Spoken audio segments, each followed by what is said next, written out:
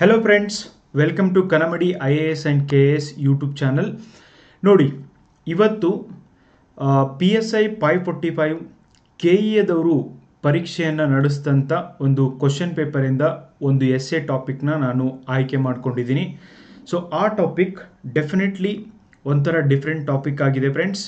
ಇದು IAS ಮತ್ತು ಈ ಒಂದು KAS ಪರೀಕ್ಷೆಯಲ್ಲಿ ಕೇಳಿದಂಥದ್ದು. ಆಲ್ರೆಡಿ UPSCಯಲ್ಲಿ ಇಂಥ ಒಂದು ಎಸ್ಸೆ ಪ್ರಬಂಧಗಳನ್ನು ಕೇಳ್ತಿದ್ದಾರೆ. ಸೊ ಅದೇ ಒಂದು ನಿಟ್ಟಿನಲ್ಲಿ PSI ಪರೀಕ್ಷೆಯಲ್ಲೂ ಕೂಡ ಕೇಳಿದ್ದಾರೆ.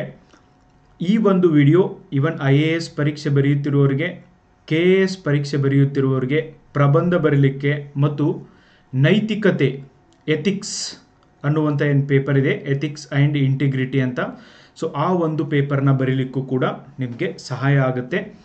ಡೆಫಿನೆಟ್ಲಿ ಈ ಒಂದು ವಿಡಿಯೋನ ಎಂಡ್ವರೆಗೂ ಯಾವುದನ್ನು ಓಡಿಸ್ದೆ ಸ್ಪೀಡ್ ಹಿಡದೆ ಕೇಳಿ.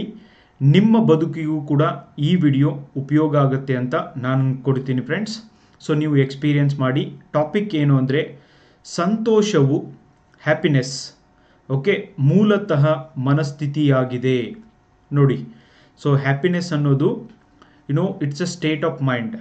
ಇದು ಹೊರಗಿನಿಂದ ಬರುವುದಲ್ಲ, ಇದು ಬೇರೆ ಕಡೆಯಿಂದ ಬರುವುದಲ್ಲ, ಇದು ನಮ್ಮ ಮನಸ್ಥಿತಿ ಆಗಿದೆ ಅಂತ ಹೇಳ್ಬಿಟ್ಟು ನಿಮಗೆ ಪ್ರಬಂಧವನ್ನು ಕೇಳಿದ್ದಾರೆ. ಸೊ IAS ಎಕ್ಸಾಮಿಂದ ಹಿಡಿದು ಇವನ್ PSI ಎಕ್ಸಾಮ್ವರೆಗೂ ಕೂಡ ಎಲ್ಲರಿಗೂ ಉಪಯೋಗ ಆಗುವ ಹಾಗೆ ಮತ್ತು KAS ಎಕ್ಸಾಮ್ಗೆ ಉಪಯೋಗ ಆಗುವ ಹಾಗೆ ನಾನು ಈ ಒಂದು ಪ್ರಬಂಧವನ್ನು ಎಕ್ಸ್ಪ್ಲೇನ್ ಮಾಡ್ತೀನಿ. ಸೊ ನೀವು ಲಕ್ಷ್ಯ ಕೊಟ್ಟು ನೋಡಿ ಫ್ರೆಂಡ್ಸ್. ಆಮೇಲೆ ಇಂಥ ಪ್ರಬಂಧಗಳಿರುವಂಥ ಪುಸ್ತಕಗಳು ಕೂಡ ಮಾರುಕಟ್ಟೆಯಲ್ಲಿ ಲಭ್ಯವಾಗಿಲ್ಲ. ಎಥಿಕ್ಸ್, ನೈತಿಕತೆ ಆಧಾರದ ಪ್ರಬಂಧಗಳು ಇಂದು ಮಾರುಕಟ್ಟೆಯಲ್ಲಿ ಯಾವೂ ಇಲ್ಲ ಫ್ರೆಂಡ್ಸ್. ಡೆಫಿನೆಟ್ಲಿ ನಾನು ಒಂದು ಹೊಸ ಪ್ರಬಂಧ ಪುಸ್ತಕವನ್ನು ಬಿಡುಗಡೆ ಮಾಡ್ತಿದ್ದೀನಿ. ಸೊ ಇನ್ನೊಂದು 2-3 ದಿನದಲ್ಲಿ ಇದು ಬಿಡುಗಡೆ ಆಗುತ್ತೆ. ಇದನ್ನು ಪುಸ್ತಕ ಅಂಗಡಿಗಳಿಂದ ನಾವು ಕೊಡ್ತಾ ಇಲ್ಲ. ಸೊ ನೀವು ಡೈರೆಕ್ಟಾಗಿ ನನಗೆ ಕಾಂಟ್ಯಾಕ್ಟ್ ಮಾಡಿ ಈ ಪ್ರಬಂಧ ಪುಸ್ತಕವನ್ನು ಖರೀದಿ ಮಾಡ್ಬೋದು. 50 ಪ್ರಬಂಧಗಳಿರುವಂಥ ಪುಸ್ತಕ ಇದು ಆಗಿದೆ. ಯಾರು KASಗೆ ಓದ್ತಿದ್ದೀರಾ, ಯಾರು PSIಗೆ ಓದ್ತಿದ್ದೀರಾ, ನಿಮಗೆ ಇನ್ನೂ ಸೆಪ್ಟೆಂಬರ್ವರೆಗೂ PSI ಆಸ್ಪಿರೆಂಟ್ಸ್ಗೆ ಮತ್ತು ಇವನ್ KASಲ್ಲೂ ಕೂಡ ಮೇನ್ಸ್ಗೆ ಸಿಕ್ಕಾಪಟ್ಟೆ ಸಮಯ ಇರೋದ್ರಿಂದ ನೀವು ಈ 50 ಪ್ರಬಂಧಗಳನ್ನು ಆರಾಮಾಗಿ ಓದ್ಕೊಂಡು ನಿಮಗೆ ಎಂಥ ಬೇಕೋ ಅಂಥ ಪ್ರಬಂಧಗಳನ್ನು ಕ್ರಿಯೇಟ್ ಮಾಡ್ಬೋದು ಫ್ರೆಂಡ್ಸ್. ಸೊ ಯೂನಿಟ್ಗಾಗಿರುವಂಥ ಒಂದು ಕಂಟೆಂಟಿಂದ ರೆಡಿ ಮಾಡಿದಂಥ ಈ ಪುಸ್ತಕವನ್ನು ತೆಗೆದುಕೊಳ್ಳುವುದನ್ನು ಮರಿಬೇಡಿ. ಇದು ನಮ್ಮ 2ನೇ ಆವೃತ್ತಿ ಆಗಿದೆ. ಮೊದಲನೇ ಆವೃತ್ತಿಯಲ್ಲೂ ಕೂಡ ನಾವು ಮಾಡಿದಂಥ ಎಲ್ಲ ಪುಸ್ತಕಗಳು ಸೇಲ್ ಆಗಿದ್ದು. ಸೊ 2ನೇ ಆವೃತ್ತಿಯಲ್ಲಿ ಇವನ್ ಲಿಮಿಟೆಡ್ ಪುಸ್ತಕಗಳನ್ನು ಕೂಡ ಬಿಡುಗಡೆ ಮಾಡ್ತಾ ಇದ್ದೀವಿ. ಸೊ ಇದನ್ನು ಮರಿಬೇಡಿ. ಸೊ ನೈತಿಕತೆ ಆಧಾರದ ಮೇಲೆ ಎಸ್ಸೆಗಳನ್ನು ಯಾವ ಥರ ನಾವು ಹಾಕಿದ್ದೀವಿ ಅಂದರೆ, ನೋಡಿ, ನೈತಿಕ ಪೊಲೀಸ್ಗಿರಿ ಹಿಂದಿನ ನೈತಿಕತೆಯನ್ನು ಚರ್ಚಿಸಿ. ಇವತ್ತು ನೈತಿಕ ಪೊಲೀಸ್ಗಿರಿಯ ಪ್ರಕರಣಗಳು ಹೆಚ್ಚಿಗೆ ಆಗ್ತಿದ್ದಾವೆ. ಹಿಂಗಂದ್ರೆ ಏನು? ಸೊ ಅದರೊಳಗೆ ಎಷ್ಟರ ಮಟ್ಟಿಗೆ ಸರಿ ಇದೆ, ತಪ್ಪಿದೆ? ನೋಡಿ, ಡೆಫಿನೆಟ್ಲಿ ಐ ಅಗ್ರಿ, ಸಿಕ್ಕಾಪಟ್ಟೆ ಓದಬೇಕು, ದಿನ ರಾತ್ರಿ ಓದಬೇಕು ಅಂತ ಎಲ್ಲರೂ ಹೇಳ್ತಾರೆ. ಬಟ್ ಕೆಲವೊಂದು ಸಾರ್ತಿ ನೀವು ಬರೀ ಪುಸ್ತಕಗಳನ್ನು ಓದೋದು ಬಿಟ್ಟು ನಿಮ್ಮ ಜೀವನವನ್ನು ಕೂಡ ಓದಬೇಕು, ನಿಮ್ಮ ಸರೌಂಡಿಂಗ್ ಆಗು ಹೋಗುಗಳನ್ನು ಕೂಡ ಅಬ್ಸರ್ವ್ ಮಾಡಬೇಕು. ಆ ಥರ ನಿಮ್ಮ ಜೀವನವನ್ನು ಓದಲಿಕ್ಕೆ ಡೆಫಿನೆಟ್ಲಿ ಈ ಕಂಟೆಂಟ್ ನಿಮಗೆ ಉಪಯೋಗ ಆಗುತ್ತೆ ಗೈಸ್. ಆಮೇಲೆ ದಯಾಮರಣ ಎಷ್ಟು ದಿನದಿಂದ ಇದೊಂದು ಕ್ವಶನ್ ಮಾರ್ಕ್ ಆಗಿದೆ. ಸೊ ಇದನ್ನು ಕಾನೂನುಬದ್ಧಗೊಳಿಸಬೇಕಾ ಗೊಳಿಸಬಾರ್ದ ಅನ್ನೋದು ಇವನ್ ನಾವು ಆಲ್ಸೋ ಡಿಬೇಟ್ ಆಗಿದೆ. ಸೊ ನಿಮ್ಮ ಅನಿಸಿಕೆಯನ್ನು ನೀವು ಈ ಪ್ರಬಂಧಗಳನ್ನು ಇಲ್ಲಿ ಹುಡುಕ್ಬೋದು. ಆಮೇಲೆ ನೋಡಿ, ಯುದ್ಧವು ಶಾಶ್ವತ ಶಾಂತಿಗಾಗಿ ನಾವು ಪಾವತಿಸುವ ಅಂತಿಮ ಬೆಲೆಯಾಗಿದೆ. ಎಂಥ ಒಂದು ಟಾಪಿಕ್ ಇದೆ ಗೈಸ್. ಇವತ್ತು ಜಗತ್ತಿನಲ್ಲಿ ಇಸ್ರೇಲ್ ಪ್ಯಾಲೆಸ್ತೈನ್ ಯುದ್ಧ ನಡೀತಾ ಇದೆ, ಯುಕ್ರೇನ್ ರಷ್ಯಾ ಯುದ್ಧ ನಡೀತಾ ಇದೆ, ಇಸ್ರೇಲ್ ಇರಾನ್ ಯುದ್ಧ ನಡೀತಾ ಇದೆ. ಸೊ ಯಾವುದೇ ಸಂದರ್ಭದಲ್ಲಿ ಯಾವುದೇ ದೇಶಗಳ ಯುದ್ಧಗಳು ಪ್ರಾರಂಭ ಆಗ್ಬೋದು. ಇಷ್ಟೆಲ್ಲ ಗೊತ್ತಿದ್ರೂ ಯಾಕೆ ಯುದ್ಧಗಳಾಗ್ತಿದ್ದಾವೆ? ಅದು ಆದಮೇಲೆ ಸೊ ಈ ಥರ ಒಂದು ಎಥಿಕ್ಸ್ ಬೇಸ್ ಮೇಲೆ ಎಸ್ಸೆ ಆಗಿರ್ಬೋದು. ಆಮೇಲೆ ಕರೆಂಟ್ ಅಫೇರ್ಸ್ ಎಸ್ಸೆಗಳಾಗಿರ್ಬೋದು. 33% ರಿಸರ್ವೇಷನ್, ಒಂದು ದೇಶ ಒಂದು ಚುನಾವಣೆ, ಏಕರೂಪ ನಾಗರಿಕ ಸಂಹಿತೆ, ವಿಕಸಿತ್ ಭಾರತ್, ಇತ್ತೀಚೆಗೆ CRPC IPCಯನ್ನು ತೆಗೆದುಹಾಕಿದ್ದಾಗಿರ್ಬೋದು. ಇವನ್ 545 ಕೇಳಿದಂಥ 5 ಡಿಫ್ರೆಂಟ್ ಟಾಪಿಕ್ಗಳನ್ನು ಕೂಡ ಇದರೊಳಗೆ ಆ್ಯಡ್ ಮಾಡಲಾಗಿದೆ ಫ್ರೆಂಡ್ಸ್. ಸೊ ನೀವು ತಪ್ಪದೆ ಈ ಒಂದು ಪುಸ್ತಕದ ಸಹಾಯವನ್ನು ಪಡೀರಿ. ಸೊ ಲಿಮಿಟೆಡ್ ಆವೃತ್ತಿಗಳಿರೋದ್ರಿಂದ ನಿಮ್ಮ ಇವತ್ತೇ ನಿಮ್ಮ ಪುಸ್ತಕವನ್ನು ಆರ್ಡರ್ ಮಾಡಬಹುದು. ಸೊ ಮಂಡೆಯಿಂದ ಈ ಪುಸ್ತಕವನ್ನು ನಾವು ಕೊಡಲಿಕ್ಕೆ ಪ್ರಾರಂಭ ಮಾಡ್ತೀವಿ ಫ್ರೆಂಡ್ಸ್. ಸೊ ಆದ್ದರಿಂದ ನೀವು ರೆಡಿಯಾಗಿರ್ತೀರ ಅಂತ ನಾನು ಅನ್ಕೋತೀನಿ. ನಾವು ಕಮ್ ಟು ಎಸ್ಸೆ. ನೋಡಿ, ಇಂತಹ ಒಂದು ನೈತಿಕತೆ ಆಧಾರದ ಮೇಲಿನ ಎಸ್ಸೆಗಳನ್ನು ಯಾವ ಥರ ಬರಿಬೋದು. ರೀಸೆಂಟ್ಲಿ ನೋಡಿ, ನಿಮಗೆಲ್ಲ ಗೊತ್ತಿರ್ಬೋದು, ಬೌದ್ಧ ಪೂರ್ಣಿಮೆ ಆಗಿದ್ದು ಇದೇ 23ನೇ ತಾರೀಕರಂದು. ಸೊ ಬುದ್ಧ ಯಾವಾಗ ಸಿದ್ಧಾರ್ಥ ಇರ್ತಾನೆ, ಮನೆ ಬಿಟ್ಟು ಹೋಗಿ ತಪಸ್ ಮಾಡಿ, ಸೊ ನಂತರ ಜ್ಞಾನೋದಯ ಆಗಿ ಬೋಧಿ ವೃಕ್ಷದ ಕೆಳಗೆ ಇವನಿಗೆ ಜ್ಞಾನೋದಯ ಆಗಿ ಇವನು ಸಿದ್ಧಾರ್ಥ ಇದ್ದವನು ಹೋಗಿ ಬುದ್ಧ ಆಗ್ತಾನೆ. ಸೊ ಬುದ್ಧನ ಹತ್ರ ಒಂದಿನ ಒಬ್ಬ ವ್ಯಕ್ತಿ ಬರ್ತಾನಂತೆ. ಸೊ ನನಗೆ ಸಂಸಾರದ ಸುಖ ಹಕ್ಕಾಗಿದೆ, ಸೊ ನನಗೆ ಸಿಕ್ಕಾಪಟ್ಟೆ ದುಃಖಗಳಿದ್ದಾವೆ, ಸಂತೋಷಕ್ಕೆ ಏನಾದರೂ ಮಾರ್ಗಗಳನ್ನು ಹೇಳು ಬುದ್ಧ ಅಂತ ಹೇಳ್ತಾನಂತೆ. ಸೊ ಆವಾಗ ಬುದ್ಧ ಹೇಳ್ತಾನಂತೆ, ನೋಡಿ ನೀವು ಇದನ್ನು ನೋಟ್ ಮಾಡ್ಕೋಬೋದು, ಸಂತೋಷಕ್ಕೆ ಯಾವುದೇ ಮಾರ್ಗಗಳು ಇಲ್ಲ. ಸೊ ಸಂತೋಷನೇ ಒಂದು ಮಾರ್ಗ. ಓಕೆ, ಸಂತೋಷನೇ ಒಂದು ಮಾರ್ಗ ಅಂತ ಬುದ್ಧ ಹೇಳ್ತಾನಂತೆ. ಅಂದರೆ ಸೊ ಈ ಸಂತೋಷವೇ ಒಂದು ಮಾರ್ಗವಾಗಿದೆ, ಇಲ್ಲಿ ನಡೆಯೋದನ್ನು ನೀವು ಕಲಿಬೇಕು, ಅದುವೇ ಜೀವನ. ಸೊ ಅದರಿಂದ ಮಾತ್ರ ಸಂತೋಷವಾಗಿರಲಿಕ್ಕೆ ಸಾಧ್ಯ. ಸೊ ಯಾವ ಥರ ಬುದ್ಧ ಹೇಳಿದಾನೆ ಅದು ಇದಕ್ಕೂ ಕೂಡ ಅನ್ವಯಿಸುತ್ತೆ. ಡೆಫಿನೆಟ್ಲಿ ನೀವು ಇದೇ ಕೊಟೇಶನ್ ಹಾಕಿ ಕೂಡ ಎಸ್ಸೆನ ಪ್ರಾರಂಭ ಮಾಡ್ಬೋದು. ಇಲ್ಲಾಂದರೆ ನಾನು ಇಲ್ಲಿ ಒಂದು ಕೊಟೇಶನ್ ಕೂಡ ಹಾಕಿದ್ದೀನಿ ನೋಡಿ ಫ್ರೆಂಡ್ಸ್. ಜನರು 10 ವಿಧಗಳಲ್ಲಿ ನಿಮ್ಮ ಮನಸ್ಸನ್ನು ನೋಯಿಸಲು ನೋಡುತ್ತೇ ಇರುತ್ತಾರೆ. ಓಕೆ ನೋಡಿ, 10 ಕಾರಣಗಳನ್ನ ಹೇಳ್ತಾರೆ. ನೀನು ಉದ್ದಿದೆಯಾ ಅಂತ ಹೇಳ್ತಾರೆ, ನೀನು ಗಿಡ್ಡಿದೆಯಾ ಅಂತ ಹೇಳ್ತಾರೆ, ನೀನು ಕಪ್ಪಗಿದೆಯಾ ಅಂತ ಹೇಳ್ತಾರೆ, ನೀನು ಬೆಳ್ಳಗಿದೆಯಾ ಅಂತ ಹೇಳ್ತಾರೆ. ಇವೆಲ್ಲ ನೀವೇನಾದರೂ ಅವ್ರು ಹೇಳೋದನ್ನು ಕೇಳಿದರೆ ಲಾಸ್ಟ್ಗೆ ನೀನು ಈ ಭೂಮಿ ಮೇಲೆ ಹುಟ್ಟಬಾರ್ದಾಗಿತ್ತು, ಹುಟ್ಟಿದೆ ತಪ್ಪು ಅಂತ ಕೂಡ ಹೇಳ್ತಾರೆ. ಸೊ ಎಲ್ಲಿವರೆಗೂ ಮಂದಿ ಬೇರೆ ಕಡೆಯಿಂದ ನಾವು ಸಂತೋಷವನ್ನು ಡೆಫಿನೆಟ್ಲಿ ಸಂತೋಷವಾಗಿರಲಿಕ್ಕಾಗಿಲ್ಲ, ಬೇರೆಯವ್ರನ್ನ ನಂಬಿದರೆ ಅಥವಾ ಬೇರೆ ವಿಷಯಗಳಿಂದ. ಸೊ ನಾವು ಇದು ಸ್ಟೇಟ್ ಆಫ್ ಮೈಂಡ್ ಆಗಿದೆ ಅನ್ನೋದಕ್ಕೆ ಉದಾಹರಣೆ. ಆದರೆ ನೀವು ಸಂತೋಷವನ್ನು ಕಂಡುಕೊಳ್ಳಲು 11 ಮಾರ್ಗಗಳನ್ನು ಹುಡುಕಬೇಕು. ನಿಮ್ಮ ಸಂತೋಷ ನೆಮ್ಮದಿಯನ್ನು ಬೇರೆಯವರು ಕಸಿದುಕೊಳ್ಳಲು ಯಾವತ್ತೂ ಕೂಡ ಬಿಡಬಾರ್ದು. It's very very important friends.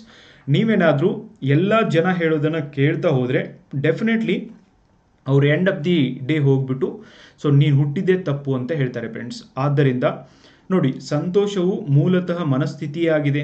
ಅಂದರೆ ಸರ್ ನಾನು ಪಿಕ್ಚರ್ ನೋಡೋಕೆ ಹೋದಾಗ ಡೆಫಿನೆಟ್ಲಿ ಸಿಕ್ಕಾಪಟ್ಟೆ ಖುಷಿ ಇರುತ್ತೆ, ಆಮೇಲೆ ಅಲ್ಲಿ ಕಾಮಿಡಿ ಕೂಡ ಬರುತ್ತೆ, 2 ತಾಸು ನಾನು ಎಲ್ಲಿ ಕೂತಿದ್ದೀನಿ ಅಂತ ಕೂಡ ಗೊತ್ತಾಗೋದಿಲ್ಲ.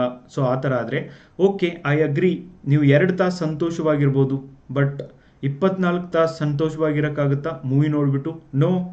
ಸೊ ಅದಕ್ಕೆ ನಿಮ್ಮ ಮನಸ್ಥಿತಿ ಇರಬೇಕೇ ಹೊರತು ಅದು ಬೇರೆ ಕಡೆಯಿಂದ ಬರುವಂಥದ್ದಲ್ಲ. ಓಕೆ, ನೀವು ಇದನ್ನು ತುಂಬ ಚೆನ್ನಾಗಿ ಅರ್ಥ ಮಾಡ್ಕೋಬೇಕು ಫ್ರೆಂಡ್ಸ್. ನೋಡಿ, ಫಿಲಾಸಫಿಕಲ್ ಎಸ್ಸೆ ಇರೋದ್ರಿಂದ ನೀವು ಇದನ್ನು ಅರ್ಥ ಮಾಡಿಕೊಂಡು ನಿಮ್ಮ ಅನಿಸಿಕೆಯನ್ನು ಬರೆಯುವಂಥ ಅವಶ್ಯಕತೆ ಇದೆ ಫ್ರೆಂಡ್ಸ್. ಯಾವ ಥರ ನೀವು ಇಂಟ್ರೊಡಕ್ಷನಲ್ಲಿ ಪ್ರಾರಂಭ ಮಾಡ್ಬೋದು ನೋಡಿ. ಡೆಫಿನೆಟ್ಲಿ ಸಂತೋಷವು ಮನಸ್ಸಿನ ಸ್ಥಿತಿಯಾಗಿದೆ. ಡೆಫಿನೆಟ್ಲಿ ಮೂಲತಃ ಮನಸ್ಸಿನ ಸ್ಥಿತಿಯಾಗಿದೆ. ನೀವು ಜೀವನದಲ್ಲಿ ನಿಮಗೆ ಬೇಕಾದ ಎಲ್ಲ ರೊಕ್ಕ, ಆಸ್ತಿ, ಅಂತಸ್ತು, ಅಧಿಕಾರ ನಿಮ್ಮ ಹತ್ರ ಎಲ್ಲ ಇರ್ಬೋದು, ಆದರೂ ಕೂಡ ನಿಮ್ಮ ಸ್ಥಿತಿ ಇವೆಲ್ಲ ಇಟ್ಕೊಂಡು ಕೂಡ ನಿಮ್ಮ ಸ್ಥಿತಿ ಶೋಚನೀಯವಾಗಿರ್ಬೋದು. ಸೊ ಅದಕ್ಕೆ ರೀಸೆಂಟ್ ಒಂದು ಎಕ್ಸಾಂಪಲ್ ಕೊಡಬೇಕು ಅಂದರೆ, ಸೊ ಇತ್ತೀಚೆಗೆ ಅನಂತ್ ಅಂಬಾನಿಯವರ ಒಂದು ಎಂಗೇಜ್ಮೆಂಟ್ ಜಾಮ್ನಗರ್ ಗುಜರಾತ್ನಲ್ಲಿ ಆಗಿದ್ದು ನಿಮ್ಮ ದೇಶದಲ್ಲಿ ದೊಡ್ಡ ಸದ್ದು ಮಾಡಿತು. ಯಾಕಂದರೆ ಆ ಒಂದು ಜಸ್ಟ್ ಎಂಗೇಜ್ಮೆಂಟ್ ಫಂಕ್ಷನ್ಗೆ ಖರ್ಚು ಮಾಡಿದಂಥದ್ದು 12,000 ಕೋಟಿ ರೂಪಾಯಿಗಿಂತನೂ ಹೆಚ್ಚು. ಜಗತ್ತಿನ ಎಲ್ಲ ದೇಶದ ಸೆಲೆಬ್ರಿಟಿಗಳನ್ನು ಕರ್ಕೊಂಬಂದಿದ್ರು, ಎಲ್ಲ ದೇಶದ cricketers, football players, singers, wrappers ಎಲ್ಲರನ್ನೂ ಕೂಡ ಕರ್ಕೊಂಬಂದಿದ್ರು ಈ ಫಂಕ್ಷನ್ಗೆ. ಆಮೇಲೆ ಡೆಫಿನೆಟ್ಲಿ ಇವತ್ತೇನಾದರೂ ಮುಖೇಶ್ ಅಂಬಾನಿಯವರು ಬೇಕು ಅಂದರೆ ಜಗತ್ತಿನ ಯಾವ ಬೇಕಾದ ವೈದ್ಯರನ್ನು ಕೂಡ ಪರ್ಚೇಸ್ ಮಾಡ್ಬೋದು. ಬಟ್ ಆ ಒಂದು ಫಂಕ್ಷನನ್ನು ನೀವು ನೋಡಿದರೆ, ಸೊ ಅಲ್ಲಿ ಅನಂತ್ ಅಂಬಾನಿ ಹೇಳ್ತಿದ್ದಾರೆ, ನಾನು ಲೈಫ್ ಒಳಗೆ ಬಹಳಷ್ಟು ಹೆಲ್ತ್ ಸಮಸ್ಯೆಯನ್ನು ಅನುಭವಿಸಿದ್ದೀನಿ, ಆ ಸಮಯದಲ್ಲಿ ಎಲ್ಲ ಫ್ಯಾಮಿಲಿ ಮೆಂಬರ್ ಸಪೋರ್ಟ್ ಮಾಡಿದ್ದಾರೆ, ಅವರಿಗೆ ಥ್ಯಾಂಕ್ಸ್ ಅಂತ. ಸೊ ಆಗ ಮುಖೇಶ್ ಅಂಬಾನಿಯವರ ಕಣ್ಣಲ್ಲಿ ಸಿಕ್ಕಾಪಟ್ಟೆ ನೀರು ಬರ್ತಾ ಇರೋದನ್ನು ನೀವು ನೋಡ್ಬೋದು friends. He is one of the India's richest person. ಜಗತ್ತಿನೊಳಗೂ ಕೂಡ ಒಬ್ಬರು ಶ್ರೀಮಂತ ವ್ಯಕ್ತಿಯಾಗಿದ್ದಾರೆ. ಸೊ ಇಂಥ ವ್ಯಕ್ತಿಗೂ ಕೂಡ ಯಾವ ತಂದೆ ಅವನ ಮಗನಿಗೆ ಬೇಕು ಅಂದರೆ ಜಗತ್ತಿನ ಯಾವುದೇ ಬೇಕಾದ ವೈದ್ಯರನ್ನು ಕೂಡ ಅವರು ಪರ್ಚೇಸ್ ಮಾಡ್ಕೊಂಬರ್ಬೋದು ನೋಡಿ. ಅದರಿಂದ ವೆರಿ ಇಂಪಾರ್ಟೆಂಟ್, ನಾವೆಲ್ಲ ಅರ್ಥ ಮಾಡ್ಕೊಳ್ಳುವಂಥ ಅವಶ್ಯಕತೆ ಇದೆ. ದುಡ್ಡಿನಿಂದ ನಾವು ಕಾಸ್ಟ್ಲಿ ಇರುವಂಥ ವೈದ್ಯರನ್ನೇ ಪರ್ಚೇಸ್ ಮಾಡ್ಬೋದು. ಔಷಧಿ ಪರ್ಚೇಸ್ ಮಾಡೋದಲ್ಲ, ವೈದ್ಯರನ್ನೂ ಬೇಕಾದರೆ ಪರ್ಚೇಸ್ ಮಾಡ್ಬೋದು. ಆದರೆ ಆರೋಗ್ಯವನ್ನು ಪರ್ಚೇಸ್ ಮಾಡೋಕ್ಕಾಗೋದಿಲ್ಲ ಫ್ರೆಂಡ್ಸ್. ಇದು ನಾವೆಲ್ಲರೂ ತಿಳ್ಕೋಬೇಕಾದಂಥ ಒಂದು ವಿಚಾರ. ಸೊ ಹೀಗೆ ನೀವು ನಿಮ್ಮ ಹತ್ರ ಎಲ್ಲ ಆಸ್ತಿ, ಅಂತಸ್ತು, ಅಧಿಕಾರ ಎಲ್ಲ ಇರ್ಬೋದು, ಆದರೂ ನಿಮ್ಮ ಸ್ಥಿತಿ ಡೆಫಿನೆಟ್ಲಿ ಶೋಚನೀಯವಾಗಿರ್ಬೋದು. ಸೊ ಯಾಕಂದರೆ ಇದು ಮನಸ್ಸಿನ ಸ್ಥಿತಿಯಾಗಿದೆ ಹೊರತು ನಿಮ್ಮ ಹತ್ರ ಇರುವಂಥ ಈ ಒಂದು ಆಸ್ತಿ ಅಲ್ಲ, ಒಂದು ಅಧಿಕಾರ ಅಲ್ಲ. ಅಥವಾ ನಿಮ್ಮ ಹತ್ತಿರ ಇರುವ ಅಲ್ಪ ಸ್ವಲ್ಪದಿಂದನೂ ಕೂಡ ನೀವು ಬಹಳ ಖುಷಿಯಿಂದ ಇರ್ಬೋದು. ಡೆಫಿನೆಟ್ಲಿ ಇದೇ ಫೈನಲ್ ಆಗುತ್ತೆ ಗೈಸ್. ಅದು ಆದಮೇಲೆ ನಿಮ್ಮ ಹತ್ತಿರ ಇರುವುದನ್ನು ನೀವು ಗಮನಿಸಿದರೆ ಡೆಫಿನೆಟ್ಲಿ ಸಂತೋಷದಿಂದ ಇರ್ತೀರಿ. ಸೊ ನನ್ನ ಹತ್ರ ಏನಿದೆಯೋ ಅದನ್ನು ಗಮನಿಸುವುದರಿಂದ ನಾನು ಸಂತೋಷವಾಗಿರ್ತೀನಿ. ಬಟ್ ಬೇರೆಯವ್ರ ಹತ್ರ ಇದ್ದಿದ್ದು ನನ್ನ ಹತ್ರ ಇಲ್ಲ ಅಂತ ನಾನೇನಾದರೂ ವಿಚಾರ ಮಾಡಿದರೆ ಡೆಫಿನೆಟ್ಲಿ ಅದುವೇ ನನ್ನ ದುಃಖಕ್ಕೆ ದಾರಿ ಕೂಡ ಆಗಿರುತ್ತೆ. ನೋಡಿ, ಒಬ್ಬ ವ್ಯಕ್ತಿ 7 ಫೂಟ್ ಹೈಟ್ ಇರ್ತಾನೆ, ಓಕೆ. ಸೊ ಇನ್ನೊಬ್ಬ ವ್ಯಕ್ತಿ 5 ಫೂಟ್ ಹೈಟ್ ಇರ್ತಾನೆ. ಸೊ 5 ಫೂಟ್ ಇದ್ದವನಿಗೆ ಯಾವತ್ತೂ ಕೊರಗಿದ್ದೇ ಇರುತ್ತೆ, ಇವನು 7 ಫೂಟ್ ಇದ್ದಾನೆ, ಸೊ ಇವನಷ್ಟು ಹೈಟ್ ಆಗಬೇಕಾಗಿತ್ತು. ಇವನ ಹತ್ರ ಆ ಥರ ಕೊರಗಿಲ್ಲ ಅಂದರೂ ಕೂಡ ಈ 7 ಫೂಟ್ ಇರುವವನ ಸರೌಂಡಿಂಗ್ ಜನ ಎಲ್ಲ ಇವನಿಗೆ ಹಂಗೆ ಹೇಳ್ತಾರೆ, ನೀನು ಇಷ್ಟು ಇರಬೇಕಾಗಿತ್ತು, ಹಿಂಗೆ ಇರಬೇಕಾಗಿತ್ತು, ನೀನು ಅವನ ಥರ ಇರಬೇಕಾಗಿತ್ತು, ಸೊ ನೀನು ಅಷ್ಟು ಬೆಳ್ಳಗಿರಬೇಕಾಗಿತ್ತು, ನಿನ್ನ ಕೂದಲು ಕೂಡ ಆ ಥರ ಸಿಲ್ಕಿ ಆಗಿರಬೇಕಾಗಿತ್ತು, ನಿನ್ನ ಕೂದಲು ಕರ್ಲಿ ಇದ್ದಾವೆ, ಬಿಟ್ಟರೆ ಜನ ಎಲ್ಲ ತಪ್ಪು ಅಂತ ಹೇಳ್ತಾರೆ ಗೈಸ್. ಸೊ ಆದ್ದರಿಂದ ನಮ್ಮ ಹತ್ರ ಏನಿದೆಯೋ, ನನಗೆ ಎಷ್ಟು ಹೈಟ್ ಇದೆಯೋ ಅದನ್ನು ಎಂಜಾಯ್ ಮಾಡೋದನ್ನು ನಾನು ಕಲಿಬೇಕು. So how does it matters? ನೀವು ನೋಡ್ಬೋದು, ಆಸ್ಟ್ರೇಲಿಯನ್ ಮತ್ತು south African cricketers 7 foot height ಇದ್ದಾರೆ. ಬಟ್ ಇಂಡಿಯಾದಿಂದ ಹೋದಂಥ ರಿಂಕು ಸಿಂಗ್ ಆಗಿರ್ಬೋದು, ಅವರು ಯಾಕೆ ಸಚಿನ್ ತೆಂಡೂಲ್ಕರ್ನ ತಗೊಳ್ರಿ, ಸೊ ಇವರು 5 ಫೂಟ್ ಇದ್ದರೂ ಕೂಡ ಸೊ ಆ ಒಂದು 7 ಫೂಟ್ ಇರುವಂಥ ಬಾಲರ್ಸ್ಗಳನ್ನು ಅಟ್ಟಾಡಿಸ್ಕೊಂಡು ಹೊಡಿತಾರೆ. ಸೊ ಇದಕ್ಕಿಂತನೂ ಏನು ಬೇಕು ಗೈಸ್? ಸೊ ನಮ್ಮನ್ನು ನಾವು ಹೆಂಗೆ ಸ್ಟ್ರಾಂಗ್ ಮಾಡ್ತೀವಿ, ನಮ್ಮನ್ನು ನಾವು ಈ ಜಗತ್ತಿಗೆ ಹೆಂಗೆ ಪ್ರೆಸೆಂಟ್ ಮಾಡ್ತೀವಿ ಅನ್ನೋದು ಇಂಪಾರ್ಟೆಂಟ್ ಹೊರತು ಬಟ್ ಅದರಿಂದ ದುಃಖಿತರಾಗೋದ್ರಲ್ಲಿ ಯಾವುದೇ ಒಂದು ಉಪಯೋಗ ಇಲ್ಲ. ನಿಮ್ಮ ಬಳಿ ಇರುವುದರ ಬಗ್ಗೆ ಡೆಫಿನೆಟ್ಲಿ ನೀವು ಗಮನಿಸಿದರೆ ಖುಷಿಯಾಗಿರ್ತೀರ. ಬೇರೆಯವರ ಬಳಿ ಇರುವುದನ್ನು ನೀವು ಗಮನಿಸಿದರೆ ಡೆಫಿನೆಟ್ಲಿ ದುಃಖಿತರಾಗ್ತೀರಾ ಫ್ರೆಂಡ್ಸ್. ಸೊ ಅದರ ಮೂಲಕ ಅತಿ ಆಸೆಯೇ ದುಃಖಕ್ಕೆ ಮೂಲ. ನೋಡಿ, ಭಾಳ ಜನ ಬುದ್ಧ ಹೇಳ್ತಾನೆ ಆಸೆ ದುಃಖಕ್ಕೆ ಮೂಲ ಅಂತ. ಸೊ ನನಗನ್ಸುತ್ತೆ ಆಸೆ ದುಃಖಕ್ಕೆ ಮೂಲ ಅಲ್ಲ. ಯಾಕಂದರೆ ಆಸೆ ಇರಬೇಕು ಮನುಷ್ಯನಿಗೆ. ಡೆಫಿನೆಟ್ಲಿ ನೋಡಿ, ನಾಳೆ ನಾನು ಏನೋ ಒಂದು ಕೆಲಸ, ನಾಳೆ ಒಂದು ಪುಸ್ತಕವನ್ನು ಓದಬೇಕು ಅಂತ ನನ್ನ ಆಸೆ ಇದೆ. ಸೊ ನಾಳೆ ನಾನು ಬೆಳಗ್ಗೆ ದೋಸೆ ತಿನ್ನಬೇಕು ಅಂತ ನನಗೆ ಆಸೆ ಇದೆ. ಸೊ ಅದು ಆದಮೇಲೆ ಒಂದು ವಾರ ಆದಮೇಲೆ ನಾನು ಊರಿಗೆ ಹೋಗಬೇಕು ಅಂತ ಒಂದು ಆಸೆ ಇದೆ. ಈ ಥರ ಆಸೆಗಳನ್ನು ಇಟ್ಕೊಳ್ಳೋದ್ರಿಂದ ಬದುಕು ಸುಂದರವಾಗಿ ಕೂಡ ಆಗುತ್ತೆ. ಬಟ್ ದುರಾಸೆಗಳನ್ನು ಇಟ್ಕೊಳ್ಳೋದು ತಪ್ಪು ಫ್ರೆಂಡ್ಸ್. ನಾಳೆ ಅಂದರೆ ನಮ್ಮ ಊರಲ್ಲಿ ಯಾರೂ ದೋಸೆ ಮಾಡಬಾರ್ದು, ಯಾರಿಗೂ ದೋಸೆ ಸಿಗಬಾರ್ದು, ನನಗಷ್ಟೇ ದೋಸೆ ಸಿಗಬೇಕು ಅನ್ನೋದಾಗಿರ್ಬೋದು. ಓಕೆ. ಸೊ ಬಸ್ ಒಳಗೆ ನಾನು ಊರಿಗೆ ಹೋಗಬೇಕಾದ್ರೆ ಬಸ್ ಒಳಗೆ ನನ್ನ ಬಿಟ್ಟು ಬೇರೆ ಯಾರೂ ಇರಬಾರ್ದು ಅನ್ನೋದು. ಓಕೆ, ಇದು ದುರಾಸೆ ಫ್ರೆಂಡ್ಸ್. ದುರಾಸೆಯೇ ದುಃಖಕ್ಕೆ ಮೂಲ. ಗೊತ್ತಿಲ್ಲ, ನನಗೆ ಹಿಸ್ಟ್ರಿ ಓದಬೇಕಾದ್ರೆ ಈ ಥರ ಡೌಟ್ ಬಂದಿದ್ದು. ಸೊ ಆಸೆ ಇರಬೇಕು ಅಂತ ನನಗನ್ಸುತ್ತೆ ಫ್ರೆಂಡ್ಸ್. ಇನ್ನು ನೆಕ್ಸ್ಟ್ ಪ್ಯಾರಾಗ್ರಾಫ್, ನೀವು ಪ್ಯಾರಾಗ್ರಾಫ್ ಮಾಡಿ ಬರೀಬೇಕು. ಇದಕ್ಕೆ ಪಾಯಿಂಟ್ಸ್ಗಳನ್ನು ಕೂಡ ಹೇಳ್ತೀನಿ. IAS ಎಕ್ಸಾಮ್ಗೂ ಬೇಕು ಅಂದರೆ ನೀವು ಇದರಿಂದ ಕಂಟೆಂಟ್ನ ಉಪಯೋಗ ಮಾಡಿ ಬರಿಬೋದು ಫ್ರೆಂಡ್ಸ್. ಅಷ್ಟೊಂದು ಕಂಟೆಂಟ್ನ ನಿಮಗೆ ಕೊಡ್ತಿದ್ದೀನಿ. ನಮ್ಮ ಮನಸ್ಥಿತಿ ನಮ್ಮ ಜೊತೆಗಿರುವವರ ಮೇಲೆ ಡೆಫಿನೆಟ್ಲಿ ಪರಿಣಾಮ ಬೀರುತ್ತೆ. ನಾವು ಪಾಸಿಟಿವ್ ಆಗಿದ್ದರೆ ಬಹಳಷ್ಟು ಸರ್ತಿ ಅವರು ಕೂಡ ಪಾಸಿಟಿವ್ ಆಗಿ ವಿಚಾರ ಮಾಡ್ತಾರೆ, ನಮಗೆ ಪಾಸಿಟಿವ್ ವಿಷಯಗಳನ್ನ ಹೇಳ್ತಾರೆ.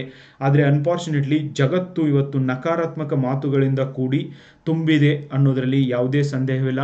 ನೀವ್ಯಾರಾದರೂ ನೋಡಿ, ಬಹಳಷ್ಟು ಸರ್ತಿ ಏನು ಮಾಡಿರ್ತಾರೆ, ನಿಮ್ಮ ಫ್ರೆಂಡ್ಸ್ಗೆ ಹೇಳ್ತೀರಾ ನಾನು IAS ಆಗಬೇಕು ಅಥವಾ KAS ಆಗಬೇಕು, ಇಲ್ಲಾಂದರೆ ಅಟ್ಲೀಸ್ಟ್ PSI ಆದರೂ ಆಗಬೇಕು ಅಂತ ನೀವು ಪಕ್ಕದ ರೂಮ್ನವ್ರಿಗೆ ಅಥವಾ ನಿಮ್ಮ ಫ್ರೆಂಡ್ಸ್ಗೆ ಹೇಳಿದಾಗ ಸೊ ಅದರೊಳಗೆ ಬಹಳಷ್ಟು ಜನ 99% ಜನ ಅವ್ರೇನು ಹೇಳ್ತಾರೆ ಅಂದರೆ, ಸೊ ನೀನು IAS KAS ಆಮೇಲೆ ನೋಡು ಅಂತಿ, ಅವೆಲ್ಲ ಆಗೋದಿಲ್ಲ, ಮೊದಲು ಒಂದು ಪೊಲೀಸ್ ಕಾನ್ಸ್ಟೇಬಲ್ ಜಾಬ್ ಮಾಡ್ಕೋ, ಸೊ ಅದರಿಂದ ಲೈಫ್ ಸೆಕ್ಯೂರ್ ಆಗುತ್ತೆ, ಆಮೇಲೆ ಮಾಡುವಂತೆ ಅಂತ ಕೂಡ ಹೇಳ್ತಾರೆ. ಜಗತ್ತಿನೋಡು ಎಲ್ಲೂ ಹೋದರೂ ಕೂಡ ನಕಾರಾತ್ಮಕ ಮಾತುಗಳನ್ನು ಆಡೋರೇ ಜಾಸ್ತಿ ಇದ್ದಾರೆ ಹೊರತು ಸಕಾರಾತ್ಮಕವಾಗಿ ಮಾತುಗಳನ್ನು ಆಡೋರು ಕಡಿಮೆ ಭಾಳಷ್ಟು ಇದ್ದಾರೆ ಫ್ರೆಂಡ್ಸ್. ಆದರೆ ನೋಡಿ, ನಾವೇನಾದರೂ ನಕಾರಾತ್ಮಕ ಮಾತುಗಳನ್ನು ಆಡಿದರೆ ನಮ್ಮ ಸರೌಂಡಿಂಗ್ ಇರುವವರ ಮೇಲೂ ಕೂಡ ಇದರ ಪ್ರಭಾವ ಆಗುತ್ತೆ. ಸೊ ಹಾಗೆ ನಾವು ಜೀವನದಲ್ಲಿ ಬರುವ ಸಣ್ಣ ಸಣ್ಣ ಖುಷಿಯನ್ನು ಅನುಭವಿಸಲೇಬೇಕು. ಸೊ ಯಾವಾಗ ನಾವು ಸಣ್ಣ ಸಣ್ಣ ಖುಷಿಯನ್ನು ಆರಂಭಿಸ್ತೇವೋ ಆವಾಗ ಮಾತ್ರ ನಮ್ಮ ಜೀವನ ನಮಗೆ ಸುಂದರವಾಗಿ ಕಾಣೋದರಲ್ಲಿ ಸಂದೇಹವಿಲ್ಲ ಫ್ರೆಂಡ್ಸ್. ಸಣ್ಣ ಸಣ್ಣ ಖುಷಿ ಅಂದರೆ ಏನು ನೋಡಿ, COVID-19 ಆದಂಥ ಸಂದರ್ಭದೊಳಗೆ ಡೆಫಿನೆಟ್ಲಿ ನಾವು ಯಾವಾಗೋ ಸತ್ತು ಹೋಗ್ಬೋದಾಗಿತ್ತು, ಯಾರು ಬೇಕಾದವರು ಸಾಯ್ಬೋದಾಗಿತ್ತು. ಸೊ ನಮ್ಮ ದೇಶದೊಳಗೆ ಯೂನಿಯನ್ ಕ್ಯಾಬಿನೆಟ್ ಮಿನಿಸ್ಟರ್ ಇದ್ದವರು ತೀರ್ ಹೋಗಿದ್ದಾರೆ. ಸೊ ಯೂನಿಯನ್ ಕ್ಯಾಬಿನೆಟ್ ಮಿನಿಸ್ಟರ್ ಅಧಿಕಾರ ಅಂತಸ್ತು ಯಾವ ಥರ ಇರುತ್ತೆ ಅಂದರೆ, ಸೊ ಅವ್ರಿಗೆ ಗನ್ಮ್ಯಾನ್ ಇರ್ತಾನೆ, ನೂರಾರು ಪೊಲೀಸ್ ಸೆಕ್ಯೂರಿಟಿ ಎಲ್ಲ ಇರುತ್ತೆ. ಬಟ್ ಕೋವಿಡ್ ಆಗಿ ಸತ್ತಾಗ ಅವ್ರ ಬಾಡಿನ ಯಾರೂ ಮುಟ್ಟದೇ ಇರುವಂಥ ಸ್ಥಿತಿಯಲ್ಲಿ JCBಯಿಂದ ಬಾಡಿನ ಒಂದು ಮಾಡುವಂಥ ಪರಿಸ್ಥಿತಿ ಎದುರಾಗಿದ್ದನ್ನು ಕಾಣ್ತೀವಿ. ಇಷ್ಟೆಲ್ಲ ಅನುಭವ ಆದಮೇಲೂ ಜೀವನ ನಶ್ವರ ಅಂತ ಹೇಳ್ಬಿಟ್ಟು ಕೋವಿಡ್ ನಮಗೆ ಕಲಿಸಿದ ಮೇಲೂ ಕೂಡ ಇವತ್ತಿನವರೆಗೂ ಜನ ನಾನೇ ದೊಡ್ಡ ಬಾರಿ, ನಾನು ಓದಿದ್ದೇ ಹೆಚ್ಚು, ನನ್ನ ಹತ್ರನೇ ಹೆಚ್ಚು ಹಣ ಇದ್ದಾವೆ ಅನ್ನುವಂಥ ಮನೋಭಾವದಿಂದ ಸೊ ಭೂಮಿ ಮೇಲೆ ಬದುಕ್ತಿದ್ದಾರೆ. ಸೊ ಇವರಿಗೆಲ್ಲ ಯಾವಾಗ ಅರ್ಥ ಆಗುತ್ತೋ ಗೊತ್ತಿಲ್ಲ ಫ್ರೆಂಡ್ಸ್. ಸೊ ಹಾಗಾಗಿ ಡೆಫಿನೆಟ್ಲಿ ಸಣ್ಣ ಖುಷಿ ಏನು ಅಂದರೆ, ನಿಜವಾಗ್ಲೂ ಬೆಳಿಗ್ಗೆ ಎದ್ದ ತಕ್ಷಣ ನಾವೆಲ್ಲರೂ ಕೂಡ ಯೂನಿವರ್ಸ್ಗೆ ಅಥವಾ ನೀವೇನಾದರೂ ದೇವರನ್ನು ನಂಬೋದಾದರೆ ಥ್ಯಾಂಕ್ಸ್ ಹೇಳುವಂಥ ಅವಶ್ಯಕತೆ ಇದೆ. ಸೊ ಬೆಳಿಗ್ಗೆ ಎದ್ದಾಗ ನೀವು ಜೀವಂತವಾಗಿದ್ದರೆ, ಡೆಫಿನೆಟ್ಲಿ ಕೋವಿಡ್ ಆದ ನಂತರ ನೋಡಿರಲು ಎಷ್ಟು ಜನ ಯಂಗ್ ಕಿಡ್ಸ್ ಹಾರ್ಟ್ ಅಟ್ಯಾಕ್ ಆಗಿ ತೀರ್ ಹೋಗಿದ್ದಾರೆ, ಏನೇನೆಲ್ಲ ಹೋಗಿದ್ದಾರೆ. ಸೊ ನೀವು ಬೆಳಿಗ್ಗೆ ಎದ್ದ ತಕ್ಷಣ ಜೀವಂತವಾಗಿದ್ದರೆ you should always thank to god. Okay, ಗಾಡ್ಗೆ ಥ್ಯಾಂಕ್ ಹೇಳಬೇಕು. ಪ್ರತಿ ಕ್ಷಣ ಕೂಡ ನಮಗೆ ಜೀವಿಸಲಿಕ್ಕೆ ಅವಕಾಶ ಕೊಟ್ಟಿರುವ ಯೂನಿವರ್ಸ್ಗೆ ನಾವು ಥ್ಯಾಂಕ್ಫುಲ್ ಆಗಿ ಇರಲೇಬೇಕು ಫ್ರೆಂಡ್ಸ್. ಸೊ ಅದೇ ಥರ ನಾವು ಸಕಾರಾತ್ಮಕವಾಗಿ ವಿಚಾರ ಮಾಡಿದಾಗ ಮಾತ್ರ ಒಂದು ಸಂತೋಷದಿಂದ ಜೀವನ ಮಾಡಲಿಕ್ಕೆ ಸಾಧ್ಯ ಇದೆ ಫ್ರೆಂಡ್ಸ್. ಓಕೆ, ಸೊ ಅದಕ್ಕೆ ಸಕಾರಾತ್ಮಕ ಭಾವನೆಗಳು ಡೆಫಿನೆಟ್ಲಿ ನಮ್ಮಲ್ಲಿ ಆನಂದವನ್ನು ತಂದುಕೊಡ್ಬೋದು. ನೆಕ್ಸ್ಟ್ ಪ್ಯಾರಾಗ್ರಾಫಲ್ಲಿ, ಭೂಮಿಯ ಮೇಲೆ ಹುಟ್ಟಿರುವ ಪ್ರತಿಯೊಬ್ಬ ಮನುಷ್ಯನಿಗೂ ಕೂಡ ಸುಖ ದುಃಖಗಳು ಇದ್ದೇ ಇರ್ತವೆ. ಸೊ ಸುಖ ಬಂದಾಗ ಸಿಕ್ಕಾಪಟ್ಟಿ ಹಿಗ್ಗೋದು, ದುಃಖ ಬಂದಾಗ ಸಿಕ್ಕಾಪಟ್ಟಿ ಕುಗ್ಗೋದು, ಈ ತರಹದ ಮನಸ್ಥಿತಿಯಿಂದ ಡೆಫಿನೆಟ್ಲಿ ನಮಗೆ ದುಃಖ ಆಗುತ್ತೆ. ಅದನ್ನು ಬಿಟ್ಟು ಸುಖ ದುಃಖಗಳನ್ನು ಸ್ವೀಕರಿಸುವ ರೀತಿಯಲ್ಲಿ ಬದಲಾವಣೆ ಆಗಬೇಕು. ಸುಖ ಬಂದಾಗ ಸಿಕ್ಕಾಪಟ್ಟೆ ಹಿಗ್ಬಾರ್ದು, ದುಃಖ ಬಂದಾಗ ಸಿಕ್ಕಾಪಟ್ಟೆ ಕುಗ್ಬಾರ್ದು. ಸೊ ಈ ಥರ ನಾವು ಒಂದು ಬ್ಯಾಲೆನ್ಸ್ಡ್ ಇರುವಂಥ ಮನಸ್ಥಿತಿಯ ಮೇಲೆ ನಿರ್ಧಾರಗಳನ್ನು ತೆಗೆದುಕೊಳ್ಳೋಕೆ ಶುರು ಮಾಡಿದರೆ ಡೆಫಿನೆಟ್ಲಿ ನಮ್ಮ ಬದುಕು ಸುಂದರವಾಗಿರ್ತದೆ, ಆಮೇಲೆ ಸಂತೋಷ ಕೂಡ ಆಗಿರುತ್ತದೆ. ಓಕೆ, ಸೊ ಅದಕ್ಕೆ ಸದಾ ಸಂತೋಷವಾಗಿರಲು ಇದರಿಂದ ಡೆಫಿನೆಟ್ಲಿ ಸಾಧ್ಯ. ಸಂತೋಷದ ಮನಸ್ಥಿತಿಯನ್ನು ಹೊಂದಲು ಅನುಸರಿಸಬೇಕಾದ ಕೆಲವು ವಿಷಯಗಳು ಅಂತ ನಾವು ನೋಡೋದಾದರೆ, ನೋಡಿ ಫ್ರೆಂಡ್ಸ್, ಬಹಳಷ್ಟು ಜನಕ್ಕೆ ಅನ್ನಿಸ್ತಿರುತ್ತೆ ಲೈಕ್ ನನ್ನ ಹತ್ರ ಜಾಬ್ ಬಂದರೆ, ನಾನು ಜಾಬ್ ಹೋದರೆ ಸೊ ನಾನು ಅದನ್ನು ಮಾಡ್ತೀನಿ ಇದನ್ನು ಮಾಡ್ತೀನಿ ಅಂತ, ಅಥವಾ ನನ್ನ ಹತ್ರ ಅಧಿಕಾರ ಬಂದರೆ ನಾನು ಅದನ್ನು ಮಾಡ್ತೀನಿ ಇದನ್ನು ಮಾಡ್ತೀನಿ ಅಂತ, ಅಥವಾ ನಾನೇನೋ ಬೇರೆ ದೇಶಕ್ಕೆ ಹೋದರೆ ಹಾಗೆ ಮಾಡ್ಬೋದು ಹೀಗೆ ಮಾಡ್ಬೋದು ಅಂತ ಅನ್ನಿಸ್ತಿರ್ಬೋದು. ಬಟ್ 2023ನೇ ಇಸ್ವಿಯಲ್ಲಿ ಸೊ ನಿಮಗೆ ಹೇಳ್ತೀನಿ ಫ್ರೆಂಡ್ಸ್, ನಮ್ಮ ದೇಶದ ಹೈಯೆಸ್ಟ್ ಜಾಬ್ನಲ್ಲಿರುವಂಥ ಸೊ ಇಬ್ಬರು IAS ಅಧಿಕಾರಿಗಳು, ಆಮೇಲೆ ಒಬ್ಬರು IPS ಅಧಿಕಾರಿ ಸೊ ಸೂಸೈಡ್ನ ಮಾಡ್ಕೊಂಡಿದ್ದಾರೆ ಫ್ರೆಂಡ್ಸ್. ದೇಶದ ಪವರ್ಫುಲ್ ಹುದ್ದೆಗಳಲ್ಲಿರುವಂಥವ್ರು ಇವರು. ಆಮೇಲೆ ಏನು ಬೇಕಾದರೂ ಅಧಿಕಾರಗಳನ್ನು ಚಲಾಯಿಸಿ ಏನು ಬೇಕಾದರೂ ಮಾಡ್ಬೋದಾಗಿತ್ತು. ಓಕೆ, ಸೊ IAS ಅಂತ ಹುದ್ದೆಯಲ್ಲಿದ್ದು ಇಂಥವ್ರು ಯಾಕೆ ಸೂಸೈಡ್ ಮಾಡ್ಕೋತಿದ್ದಾರೆ? ಆ್ಯಂಡ್ ನಮ್ಮ ಹತ್ರ ಏನೋ ಇದ್ದಾಗ ಅಥವಾ ಅಧಿಕಾರ ಇದ್ದಾಗ ಹಣ ಇದ್ದಾಗ ನಾವು ಖುಷಿಯಾಗಿರ್ತೀವಿ ಅನ್ನೋದನ್ನು ನೀವೆಲ್ಲರೂ ಕೂಡ ಇವತ್ತೇ ಮರೆತು ಬಿಡಬೇಕು. ಸೊ ಅದಕ್ಕಿಂತಲೂ ಇಂಪಾರ್ಟೆಂಟ್, ಆ ಒಂದು ಹಣ ಅಥವಾ ಅಧಿಕಾರ ಬಂದಾಗಲೂ ಕೂಡ ನಿಮ್ಮ ಮನಸ್ಥಿತಿ ಹೇಗಿರುತ್ತೆ, ಸೊ ನೀವು ಮೊದಲು ಇದ್ದಂಗೆ ಇರ್ತಿರೋ ಅಥವಾ ಬದಲಾಗ್ತಿರೋ ಎಲ್ಲನೂ ಕೂಡ ಅದರ ಮೇಲೇ ಡಿಪೆಂಡ್ ಕೂಡ ಆಗಿರುತ್ತೆ ಫ್ರೆಂಡ್ಸ್. ಸೊ IPS ಅಧಿಕಾರಿ ಅಂತೂ ಟಾಯ್ಲೆಟ್ ರೂಮಲ್ಲಿ ಹೋಗಿ ತನ್ನ ಗನ್ನಿಂದ ತಾನೇ ಶೂಟ್ ಮಾಡ್ಕೊಂಡಿದ್ದಾನೆ. ಆಮೇಲೆ ನಿಮಗೆಲ್ಲ ಗೊತ್ತಿರ್ಬೋದು, ನಮ್ಮದೇ ರಾಜ್ಯದಲ್ಲಿ ಸಿದ್ಧಾರ್ಥ್ SM ಕೃಷ್ಣ ಅವರ ಅಳಿಯ ಕೆಫೆ ಕಾಫಿ ಡೇದ ಓನರ್ ಒಬ್ಬ ವ್ಯಕ್ತಿ ಚಿಕ್ಕಮಗಳೂರಿನ ಕಾಫಿಯನ್ನು ಜಗತ್ತಿಗೆ ಪರಿಚಯಿಸಿದವನು. ಚಿಕ್ಕಮಗಳೂರಿನ ಸಣ್ಣ ಕಾಫಿ ಎಸ್ಟೇಟಿನ ರೈತರನ್ನು ಸೊ ಸಿಕ್ಕಾಪಟ್ಟೆ ಶ್ರೀಮಂತ ಮಾಡಿರೋನು. ಸೊ ಸಣ್ಣ ಹಳ್ಳಿಯಿಂದ ಬಂದು ಮುಂಬೈಯಲ್ಲಿ ಓದಿ ನಂತರ ಕೆಫೆ ಕಾಫಿ ಡೇ ತೆರೆಯುವುದರ ಮೂಲಕ 50,000 ಜನರಿಗೆ ಎಂಪ್ಲಾಯ್ಮೆಂಟ್ನ ಕೊಟ್ಟವನು, ಉದ್ಯೋಗವನ್ನು ಸೃಷ್ಟಿ ಮಾಡಿದಂಥ ಸಿದ್ಧಾರ್ಥ್ ಕೊನೆಗೊಂದಿನ 8,000 ಕೋಟಿನೋ 9,000 ಕೋಟಿನೋ ಸಾಲ ಆಗಿದೆ ಅಂಥೇಳಿ 12,000 ಕೋಟಿಯ ಆಸ್ತಿಯನ್ನು ಇಟ್ಕೊಂಡು 600 ಎಕರೆ ಹೊಲವನ್ನು ಇಟ್ಕೊಂಡು ಸೂಸೈಡ್ ಮಾಡ್ಕೋತಾರೆ. ಸೊ ನನಗೆ ಇಲ್ಲಿವರೆಗೂ ಆದರೂ ಗೊತ್ತಾಗಿಲ್ಲ ಫ್ರೆಂಡ್ಸ್, ಸೊ ಅಂಥದ್ದೇನಾಗಿತ್ತು ಅಂತ. ಬಹುತೇಕ ಸೂಸೈಡ್ ಕೇಸ್ಗಳಲ್ಲಿ ಓನ್ಲಿ ಯಾರು ಸೂಸೈಡ್ ಮಾಡ್ಕೊಂಡಿರ್ತಾರೋ ಅವ್ರಿಗೆ ಮಾತ್ರ ಈ ಕಾರಣ ಗೊತ್ತಿರುತ್ತೆ ಹೊರತು ಈವನ್ ಅವ್ರ ಲೆಟರಲ್ಲಿ ಕೂಡ ಪೂರ್ತಿಯಾಗಿ ಬರೆದಿರೋದಿಲ್ಲ ಅಂತ ನನಗನ್ಸುತ್ತೆ ಫ್ರೆಂಡ್ಸ್. ಸೊ ಹೀಗಾಗಿ ನಮ್ಮ ಹತ್ರ ಇರುವಂಥ ಹಣ, ಅಧಿಕಾರ ಅಥವಾ ಬೇರೆ ಯಾವುದೋ ನಮಗೆ ಸಂತೋಷವನ್ನು ಯಾವತ್ತೂ ತಂದು ಕೊಡೋದಿಲ್ಲ. ಇದು ಒಂದು ಮನಸ್ಥಿತಿಯಾಗಿದೆ. ನೀವು ಇಚ್ಛೆ ಪಡೋದನ್ನ ಜೊತೆಗೆ ಇರೋದಾಗಿರ್ಬೋದು. ಸೊ ಈ ಥರ ನೀವು ಸಂತೋಷವಾಗಿರಲಿಕ್ಕೆ ಸಾಧ್ಯ ಇದೆ ಹೊರತು ಹಣ ಅಥವಾ ಅಧಿಕಾರದಿಂದ ನಾವು ಸಂತೋಷವಾಗಿರ್ತೀವಿ ಅಂದರೆ ದಟ್ ಈಸ್ ನಾಟ್ ಪಾಸಿಬಲ್ ಅಂತ ನನಗನ್ನಿಸುತ್ತೆ ಫ್ರೆಂಡ್ಸ್. ಸೊ ಈ ಥರ ನೀವು ಉದಾಹರಣೆಗಳನ್ನು ಉಪಯೋಗಿಸಿ ಈ ಒಂದು ಪ್ರಬಂಧವನ್ನು ಬರಿಬೇಕು. ಸೊ ಹಾಗಾದರೆ ಬನ್ನಿ, ಸಂತೋಷವಾಗಿರಲಿಕ್ಕೆ ನಾವು ಅನುಸರಿಸಬೇಕಾದ ಕೆಲವೊಂದು ವಿಷಯಗಳು ಯಾವುವು ಅಂತ ಒಂದೊಂದಾಗಿ ನೋಡೋಣ. ಮೊದಲನೇದಾಗಿ, ನಾವು ನಿಜವಾಗ್ಲೂ ಸಂತೋಷವಾಗಿರಬೇಕು ಅಂದರೆ ಕೃತಜ್ಞತಾ ಭಾವ ಅನ್ನೋದು ತುಂಬಾ ಇಂಪಾರ್ಟೆಂಟ್. ಇವತ್ತು ನಮ್ಮ ದೇಶದಲ್ಲಿ ಹೆಚ್ಚು ಶಿಕ್ಷಿತರಾಗ್ತಾ ಇರೋದ್ರಿಂದ, ನಾವೆಲ್ಲರೂ ಆರ್ಥಿಕವಾಗಿ ಸಬಲರಾಗ್ತಾ ಇರೋದ್ರಿಂದ ನಮಗೆ ಕೃತಜ್ಞತಾ ಭಾವ ಅನ್ನೋದು ಕಡಿಮೆ ಆಗ್ತಾ ಇದೆ. ಭಾರತದಲ್ಲಿ ಈ ಕೃತಜ್ಞತಾ ಭಾವ ಕಡಿಮೆ ಆದಷ್ಟು ದುಃಖ ಹೆಚ್ಚಿಗೆ ಆಗುತ್ತೆ ಅನ್ನೋದರಲ್ಲಿ ಯಾವುದೇ ಸಂದೇಹವಿಲ್ಲ. ನಾವೇನಾದರೂ ಕೃತಜ್ಞರಾಗಿಲ್ಲ ಅಂದರೆ ನಾವು ಮಾಡಿದ್ದೇ ಸರಿ, ಓಕೆ, ಸೊ ನಾವು ಎಲ್ಲರಿಗಿಂತನೂ ಶಾಣೆ ಅನ್ನುವಂಥ ಒಂದು ಮನಸ್ಥಿತಿ ನಮಗೆ ಬರುತ್ತೆ. ಆದ್ದರಿಂದ ಕೃತಜ್ಞತಾ ಭಾವ ಅನ್ನೋದು ವೆರಿ ವೆರಿ ಇಂಪಾರ್ಟೆಂಟ್ ಆಗಿದೆ ಫ್ರೆಂಡ್ಸ್. ನೋಡಿ, ನಮ್ಮ ದೇಶ ಇಂದು ಆರ್ಥಿಕವಾಗಿ ಅಭಿವೃದ್ಧಿ ಸಾಧಿಸುತ್ತಿದ್ದರೂ ಕೂಡ ಸಮಾಜದ ಜನರಲ್ಲಿ ಮೌಲ್ಯಗಳು ಇವತ್ತು ಕಡಿಮೆ ಆಗ್ತಿದ್ದಾವೆ. ಜಾಗತೀಕರಣ ಏನೋ ನಾವೆಲ್ಲ ಫಾಲೋ ಮಾಡ್ತಿದ್ದೀವಿ, ಬಟ್ ಮೌಲ್ಯಗಳ ವಿಷಯಕ್ಕೆ ಬಂದಾಗ ಮಾತ್ರ ಡೆಫಿನೆಟ್ಲಿ ನಾವು ಫಾಲೋ ಮಾಡ್ತಾ ಇಲ್ಲ. ಸೊ ಹೀಗಾಗಿ ಈ ಒಂದು ಮೌಲ್ಯಗಳನ್ನು ನಾವು ಬಿಡಬಾರ್ದು ಫ್ರೆಂಡ್ಸ್. ಪರ್ಟಿಕ್ಯುಲರ್ಲಿ ಅದರೊಳಗೂ ಈ ಒಂದು ಕೃತಜ್ಞತಾ ಭಾವ, ಸೊ ಅದರಲ್ಲಿ ಬಹುಮುಖ್ಯವಾದದ್ದು ಅಂದರೆ ಡೆಫಿನೆಟ್ಲಿ ಈ ಕೃತಜ್ಞತಾ ಭಾವ ಆಗಿದೆ. ನೋಡಿ, ನಾರ್ಮಲಿ ಏನಾಗುತ್ತೆ ಅಂದರೆ ನಾವು ಭೌತಿಕ ವಸ್ತುಗಳಲ್ಲಿ ತೃಪ್ತಿಯನ್ನು ಹುಡುಕಿದಾಗ ನಾವು ಎಂದಿಗೂ ಸಂತೋಷವಾಗಿರಲಿಕ್ಕೆ ಸಾಧ್ಯ ಇಲ್ಲ. ಯಾಕಂದರೆ ಜಗತ್ತಿನೊಳಗೆ ಒಂದಲ್ಲ ಒಂದು ವಸ್ತುವಿನಕ್ಕಿಂತ ಇನ್ನೊಂದು ವಸ್ತು ಚೆನ್ನಾಗಿದ್ದೇ ಇರುತ್ತೆ. ಓಕೆ, ಸೊ ಒಂದು ದೇಶಕ್ಕಿಂತ ಇನ್ನೊಂದು ದೇಶ ಚೆನ್ನಾಗಿದ್ದೇ ಇರ್ತದೆ. ಒಬ್ರಿಗಿಂತ ಒಬ್ಬರು ಇನ್ನೊಬ್ಬರು ಪವರ್ಫುಲ್ ಇದ್ದೇ ಇರ್ತಾರೆ. ಒಬ್ರಿಗಿಂತನೂ ಇನ್ನೊಬ್ಬರು ರಿಚ್ ಇದ್ದೇ ಇರ್ತಾರೆ. ಒಬ್ರಿಗಿಂತ ಇನ್ನೊಬ್ಬರು ಸುಂದರವಾಗಿದ್ದವರು ಇದ್ದೇ ಇರ್ತಾರೆ. ಹೀಗಾಗಿ ಸೊ ನಾವು ನಮಗೆ ದೇವರು ಏನನ್ನ ಕೊಟ್ಟಿದ್ದಾನೋ ಅದಕ್ಕೆ ಕೃತಜ್ಞರಾಗಿರಲಿಲ್ಲ. ಬೇರೆಯವರ ಬಗ್ಗೆನೇ ನಾವು ವಿಚಾರ ಮಾಡಿದರೆ ನಾವು ಯಾವತ್ತೂ ಸಂತೋಷವಾಗಿರಲಿಕ್ಕೆ ಸಾಧ್ಯನೇ ಇಲ್ಲ. ಓಕೆ, ಸೊ ನಮ್ಮ ಆಯ್ಕೆಗಳೇ, ನಮ್ಮ ಆಲೋಚನೆಗಳೇ ಡೆಫಿನೆಟ್ಲಿ ನಮ್ಮ ದುಃಖಕ್ಕೆ ಕಾರಣ ಆಗ್ತವೆ. ಸೊ ಉದಾಹರಣೆಗೆ ಹೇಳಬೇಕು ಅಂದರೆ ನಿಮಗೆ ನೋಡಿ, ನಾವು ಒಂದು ಉದ್ಯೋಗ ಮಾಡಿ ಎಷ್ಟು ಹಣ ಗಳಿಸಿದ್ದೇವೆ ಎನ್ನುವುದಕ್ಕಿಂತನೂ ಆ ಉದ್ಯೋಗ ಮಾಡುವುದರಿಂದ ನಾವು ಏನಾಗಿದ್ದೇವೆ ಎನ್ನುವುದು ತುಂಬ ಮುಖ್ಯ ಫ್ರೆಂಡ್ಸ್. ಭಾಳ ಜನ IAS ಆಗ್ತಿದ್ದಾರೆ, ಬಟ್ ಈ ದೇಶದೊಳಗೆ ಮೋರ್ ದೆನ್ 5000 IAS ಆಫೀಸರ್ಸ್ ಇದ್ದಾರೆ. ಬಟ್ ಅದರೊಳಗೆ ನಿಮಗೆ ಎಷ್ಟು ಜನರ ಹೆಸರು ಗೊತ್ತಿದೆ?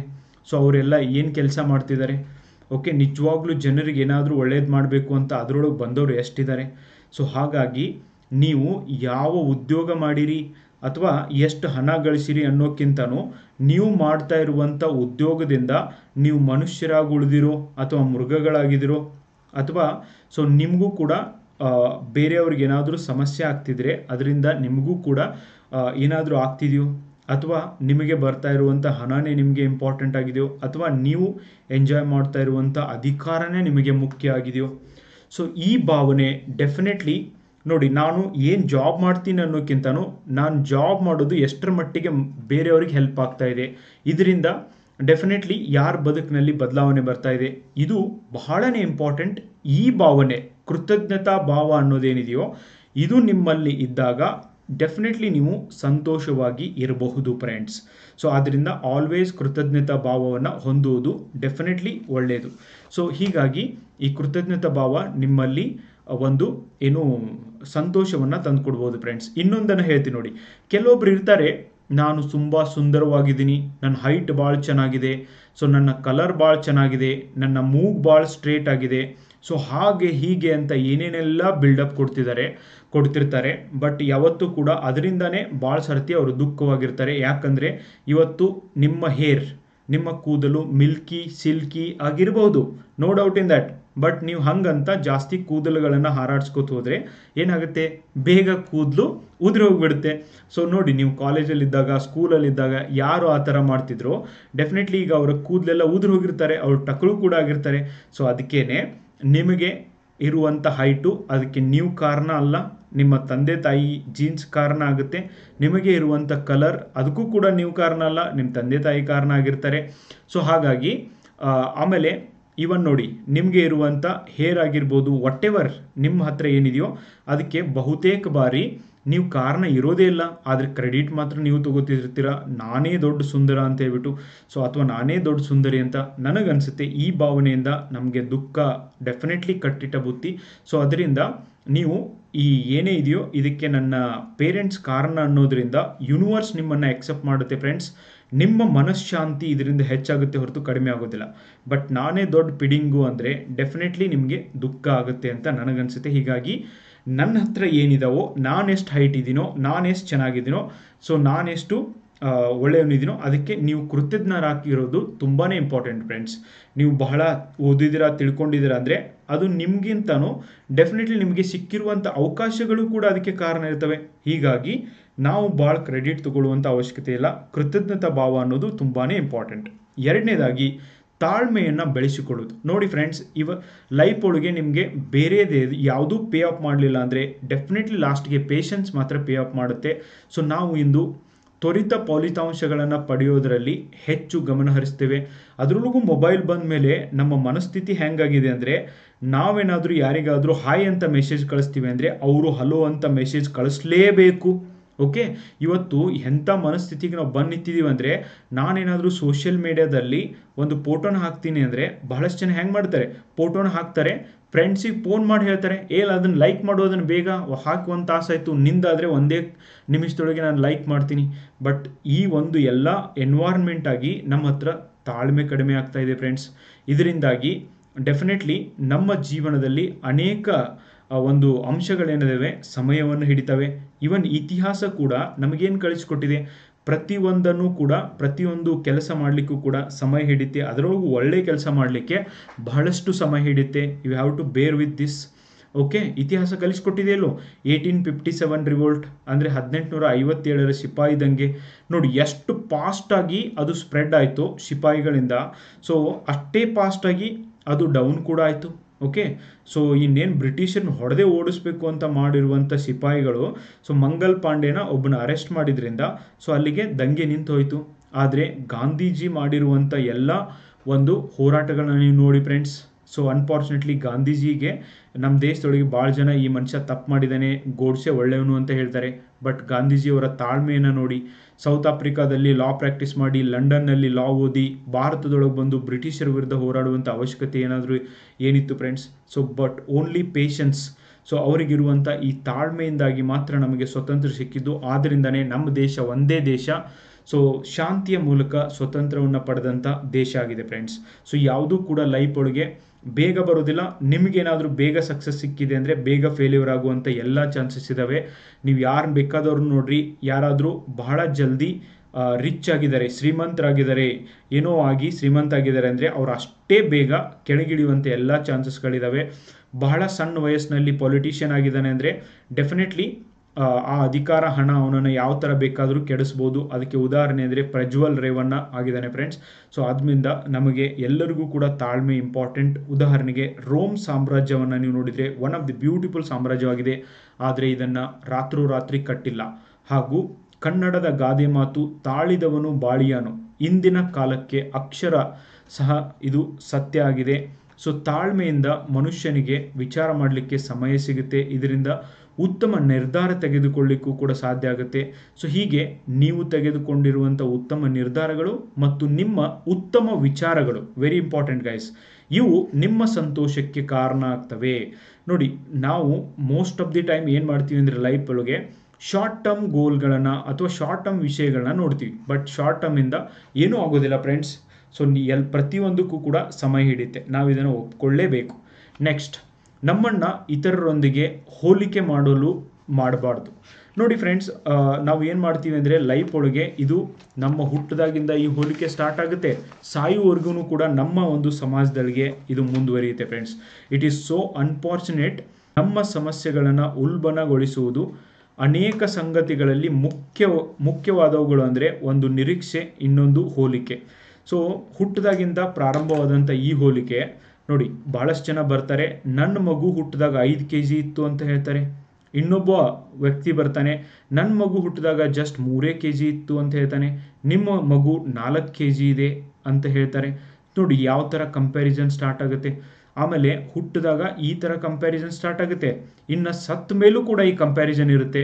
ಸೊ ನಮ್ಮ ಒಬ್ಬರು ರಿಲೇಟಿವ್ಸ್ ಸತ್ತಿದ್ರು ಅಥವಾ ನಮ್ಮ ಸಂಬಂಧಿಕರು ಸತ್ತಿದ್ರು, ಅದಕ್ಕೆ 1000 ಜನ ಕೂಡಿದ್ರು ಅಂತ ಒಬ್ಬರು ಹೇಳ್ತಾನೆ. ಸೊ ಮೊನ್ನೆ ನಮ್ಮ ರಿಲೇಟಿವ್ಸ್ ಸತ್ತಿದ್ರು, ಇನ್ನೊಬ್ಬ ಹೇಳ್ತಾನೆ 2,000 ಜನ ಸೇರಿದ್ರು ಅಲ್ಲಿ ಒಬ್ಬ ತೀರ್ ಹೋದ್ರೆ ಅಂತ. ಇನ್ನೊಬ್ಬನು ಹೇಳ್ತಾನೆ ಒಬ್ಬ ಭಾರಿ ಒಳ್ಳೆ ಮನುಷ್ಯ ಇದ್ದ, ಅವನು ತೀರ್ ಹೋದಾಗ ಜಸ್ಟ್ 10 ಜನ ಸೇರಿದ್ರು ಅಂತ ಇನ್ನೊಬ್ಬ ಹೇಳ್ತಾನೆ. ಸೊ ಇವನ್ ಸತ್ತಾಗ್ಲೂ ಕೂಡ ಕಾಂಪಿಟೇಷನ್ ನಿಲ್ಲೋದಿಲ್ಲ. ಆಮೇಲೆ ಸತ್ತ ಮೇಲೆ ಎಷ್ಟು ಜನ ಬಂದಿದ್ರು, ಆಮೇಲೆ ಅವ್ರ ಕಾರ್ಯವನ್ನು ಮಾಡ್ಲಿಕ್ಕೆ ಎಷ್ಟು ಜನ ಭಾಗಿಯಾದ್ರು ಅನ್ನೋದ್ರವರೆಗೂ ಕೂಡ ಕಂಪ್ಯಾರಿಸನ್ ಸ್ಟಾರ್ಟ್ ಆಗುತ್ತೆ. ಇನ್ನು ನೀವು ಓದ್ತಾ ಇದ್ದೀರಾ ಅಂದರೆ ಜಸ್ಟ್ ಇಮ್ಯಾಜಿನ್ ಮಾಡಿ ಫ್ರೆಂಡ್ಸ್, ನಿಮಗೆ ಯಾವ ಜಾಬ್ ಬೇಕು, ಎಂಥ ಜಾಬ್ ಬೇಕು, ಯಾವ ರೀತಿ ಹೋಲಿಕೆ ಮಾಡ್ತಾರೆ ಅಂದರೆ, ನೀವೇನಾದರೂ ರಿಸ್ಕ್ ತೊಗೊಂಡು ಕಾಂಪಿಟೇಟಿವ್ ಎಕ್ಸಾಮ್ ಪ್ರಿಪೇರ್ ಮಾಡ್ತಿದ್ರೆ ನಿಮಗೆ ಮಾತ್ರ ಅರ್ಥ ಆಗುತ್ತೆ ನೀವು ಎಂಥ ರಿಸ್ಕ್ ತೊಗೊಂಡಿದ್ದೀರಾ ಅಂತ.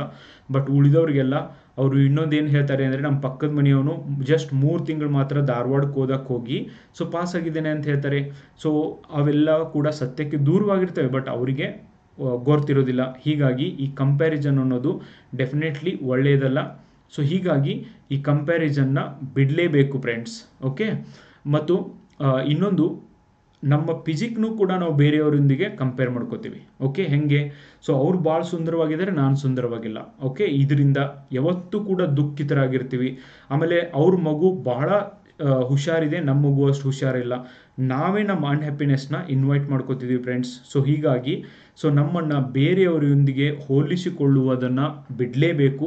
ಸೊ ಅದರೊಂದಿಗೆ ಮಾತ್ರ ಇಲ್ಲಿ ಇನ್ನೊಂದು ನೀವು ತಿಳ್ಕೊಳ್ಳೇಬೇಕು ಫ್ರೆಂಡ್ಸ್, ಇಲ್ಲಿ ಯಾರೂ ಮುಖ್ಯರಲ್ಲ, ಯಾರೂ ಕೂಡ ಅಮುಖ್ಯರಲ್ಲ. ಸಮಯ ಬಂದಾಗ ಅವರವ್ರದ್ದೇ ಆದಂಥ ಪ್ರಾಮುಖ್ಯತೆ ಇದ್ದೇ ಇದೆ. ಆದ್ದರಿಂದ ಒಬ್ಬರು ಇನ್ನೊಬ್ಬರನ್ನ ಹೋಲಿಕೆ ಮಾಡಬಾರ್ದು.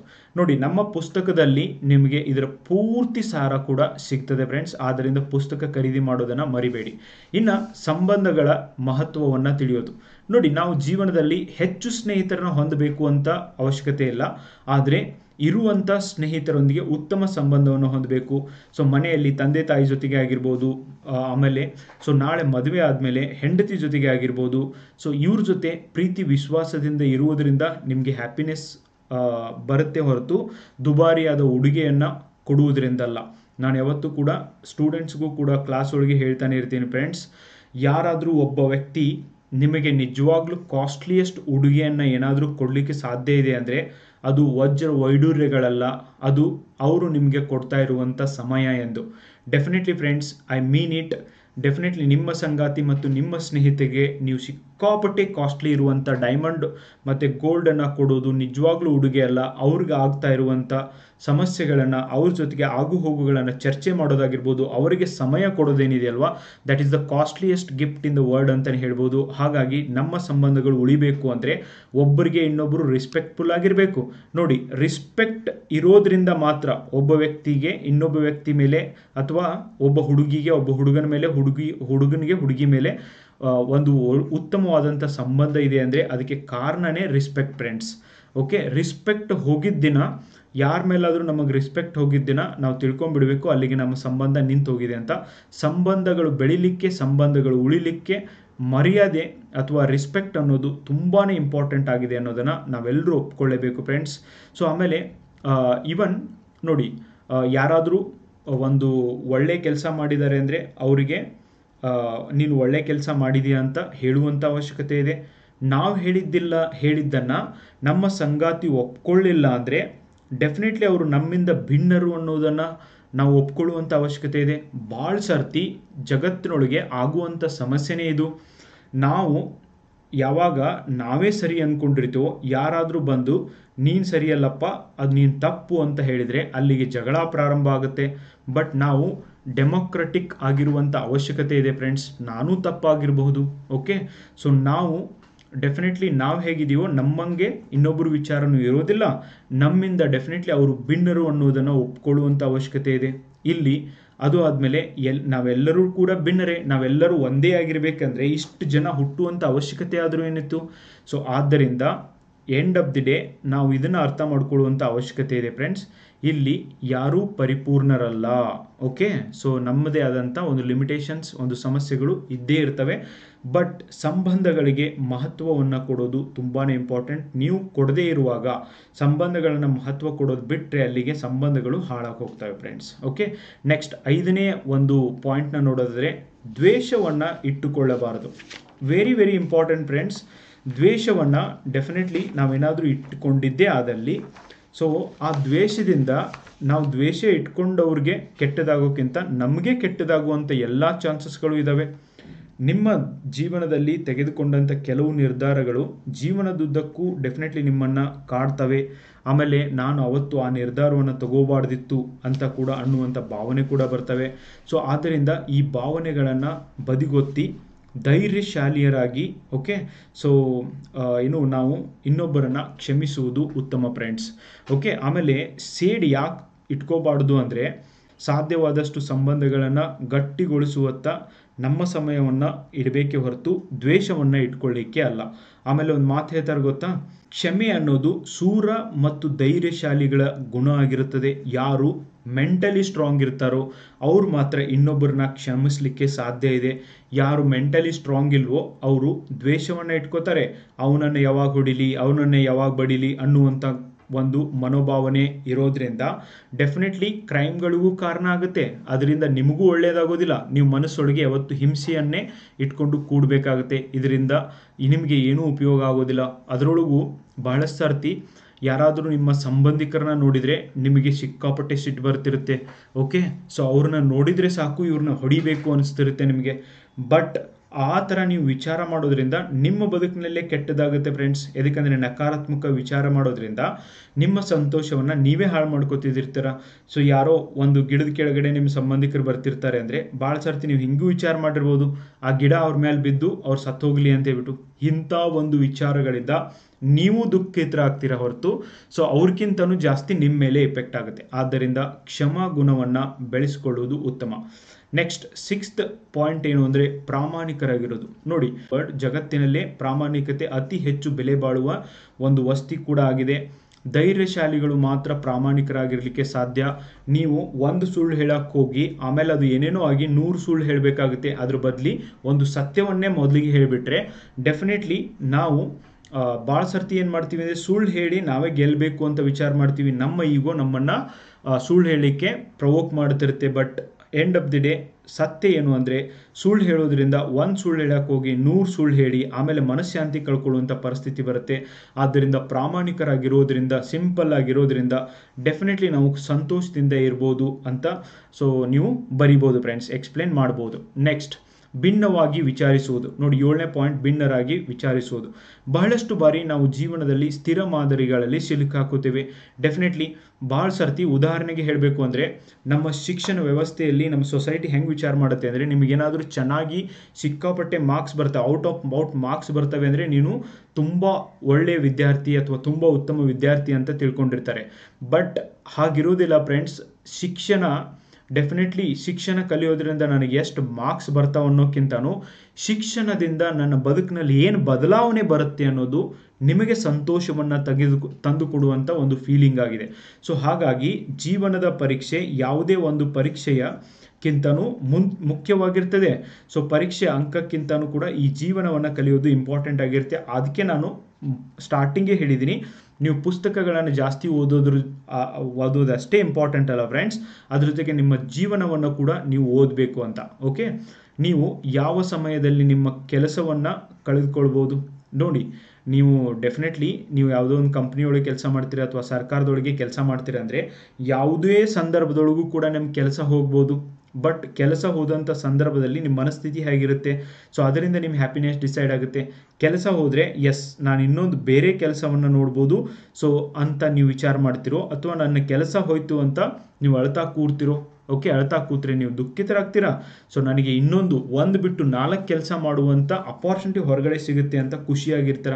ಸೊ ನೀವು ಸಂತೋಷವಾಗಿರಬೇಕು ಅಂದರೆ ಸೊ ಯಾವ ಥರ ನಿಮ್ಮ ಆಲೋಚನೆ ಇರಬೇಕು ಅಂತ ನೀವೇ ಡಿಸೈಡ್ ಮಾಡಿ ಫ್ರೆಂಡ್ಸ್. 8ನೇದಾಗಿ ನಮ್ಮನ್ನು ನಾವು ಪ್ರೀತಿಸುವುದನ್ನು ಕಲಿಬೇಕು. ನೋಡಿ ಇದು ದೊಡ್ಡ ವರ್ಡ್ಸ್ ಆಗ್ತವೆ ಫ್ರೆಂಡ್ಸ್, ಇವೆಲ್ಲ ನೀವು ಡೀಪ್ ಆಗಿ ಅರ್ಥ ಮಾಡ್ಕೋಬೇಕು. ನೋಡಿ ಜೀವನದಲ್ಲಿ ನಮ್ಮ ಮೇಲೆ ನಮಗೆ ನಂಬಿಕೆ ಇರಬೇಕಾ, ನಮ್ಮನ್ನು ನಾವು ಪ್ರೀತಿಸುವುದನ್ನು ಕಲಿಬೇಕು. ನನ್ನ ಸಿಂಪಲ್ ಪ್ರಶ್ನೆ ಏನು ಅಂದರೆ, ನಮ್ಮನ್ನು ನಾವೇ ಪ್ರೀತಿಸುವುದಿಲ್ಲ ಅಂದರೆ ಬೇರೆಯವರು ಹ್ಯಾಂಗೆ ಪ್ರೀತಿಸ್ತಾರೆ ಫ್ರೆಂಡ್ಸ್? ಬೇರೆಯವರು ಪ್ರೀತಿ ಮಾಡಲಿಕ್ಕೆ ಸಾಧ್ಯನೇ ಇಲ್ಲ ನಮಗೆ.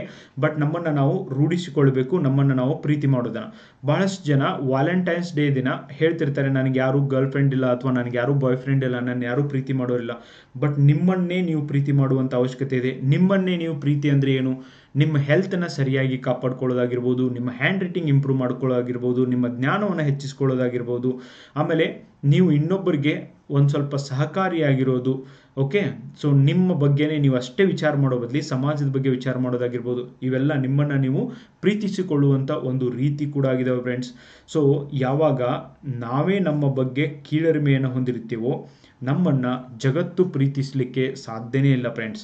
ನಮಗೆ ನಿಸರ್ಗದತ್ತವಾಗಿ ಏನೇನು ಬಂದಿದೆಯೋ ಅದನ್ನು ಪ್ರೀತಿಸಿ ಸಕಾರಾತ್ಮಕ ರೀತಿಯಲ್ಲಿ ನೋಡಿಕೊಳ್ಳಬೇಕೇ ಹೊರತು ನಕಾರಾತ್ಮಕ ರೀತಿಯಲ್ಲೆಲ್ಲ. ಓಕೆ, ಸೊ ಉದಾಹರಣೆಗೆ ನಿಮ್ಗೊಂದು ಉದಾಹರಣೆ ಹೇಳಬೇಕು ಅಂದರೆ 2023ನೇ ವರ್ಷದಲ್ಲಿ 2 ಕೈಗಳಿಲ್ಲದ ಶೀತಲ್ ದೇವಿಯವರು ಬಿಲ್ಲುಗಾರಿಕೆಯಲ್ಲಿ ದೇಶಕ್ಕೆ ಈ ಪ್ಯಾರಾ ಒಲಿಂಪಿಕ್ಕಲ್ಲಿ ಚಿನ್ನದ ಪದಕವನ್ನು ತಂದು ಕೊಟ್ಟಿದ್ದಾರೆ ಫ್ರೆಂಡ್ಸ್. ಸೊ ಇದಕ್ಕಿಂತ ಒಂದು ದೊಡ್ಡ ಉದಾಹರಣೆ ನಮಗೆ ಬೇಕಾ? ಡೆಫಿನೆಟ್ಲಿ ನಮ್ಮನ್ನು ನಾವು ಪ್ರೀತಿಸಿಕೊಂಡಾಗ ಮಾತ್ರ ಇಂಥ ಸಾಧನೆಗಳು ಸಾಧ್ಯ. ನೆಕ್ಸ್ಟ್, ಬೇರೆಯವರನ್ನು ಗೌರವಿಸೋ ಗುಣ. ನೋಡಿ ಇವತ್ತು ಏನಾಗ್ತಾ ಇದೆ ಅಂದರೆ, ನಾನು ಓದಿದ್ದೀನಿ ಅಂದರೆ ಇನ್ನೊಬ್ಬರು ಯಾರು ಕಡಿಮೆ ಓದಿದ್ದಾರೆ ಅಥವಾ ಯಾರು ಓದಿಲ್ಲ ಅಂಥವ್ರನ್ನ ಅಂಡರ್ ಎಸ್ಟಿಮೇಟ್ ಮಾಡುವಂಥ ಒಂದು ಚಾನ್ಸಸ್ಗಳು ಬಹಳಷ್ಟಿದ್ದಾವೆ. ಸೊ ಆದ್ದರಿಂದ ಬೇರೆಯವರನ್ನು ನೀವು ಗೌರವಿಸುವ ಗುಣ ನಿಮ್ಮಲ್ಲಿದ್ದರೆ ನಿಮಗೂ ಕೂಡ ಗೌರವ ದೊರೆಯುತ್ತೆ. So give respect and take respect ಇಲ್ಲೂ ಕೂಡ ಅಪ್ಲೈ ಆಗುತ್ತೆ. ಸೊ ಮನುಷ್ಯನು ಗೌರವಕ್ಕೆ ಡೆಫಿನೆಟ್ಲಿ ಪ್ರತಿಯೊಬ್ಬ ಮನುಷ್ಯನು ಗೌರವಕ್ಕೆ ಅರ್ಹನಾಗಿರ್ತಾನೆ. ಸೊ ಗೌರವ ಕೊಟ್ಟು ಗೌರವ ತೆಗೆದುಕೊಳ್ಳುವುದು ಡೆಫಿನೆಟ್ಲಿ ಒಂದು ಉತ್ತಮವಾದಂಥ ಒಂದು ನಿಯಮ ಆಗಿದೆ ಫ್ರೆಂಡ್ಸ್. ಸೊ ಪ್ರೀತಿಯಿಂದ ಡೆಫಿನೆಟ್ಲಿ ನೋಡಿದರೆ ಅದುವೇ ನಮಗೆ ಮರಳಿ ಬರ್ಬೋದು. ಯಾರನ್ನಾದರೂ ನಾವು ಒಳ್ಳೆ ರೀತಿಯಲ್ಲಿ ನೋಡಿದರೆ ಅವರು ಕೂಡ ನಮ್ಮನ್ನು ಒಳ್ಳೆ ರೀತಿ ನೋಡ್ಬೋದು. ಯಾರನ್ನದು ಕೆಟ್ಟ ರೀತಿಯಲ್ಲಿ ನೋಡಿದರೆ ಅವರು ಕೂಡ ನಮ್ಮನ್ನು ಕೆಟ್ಟ ರೀತಿಯಲ್ಲಿ ನೋಡ್ಬೋದು.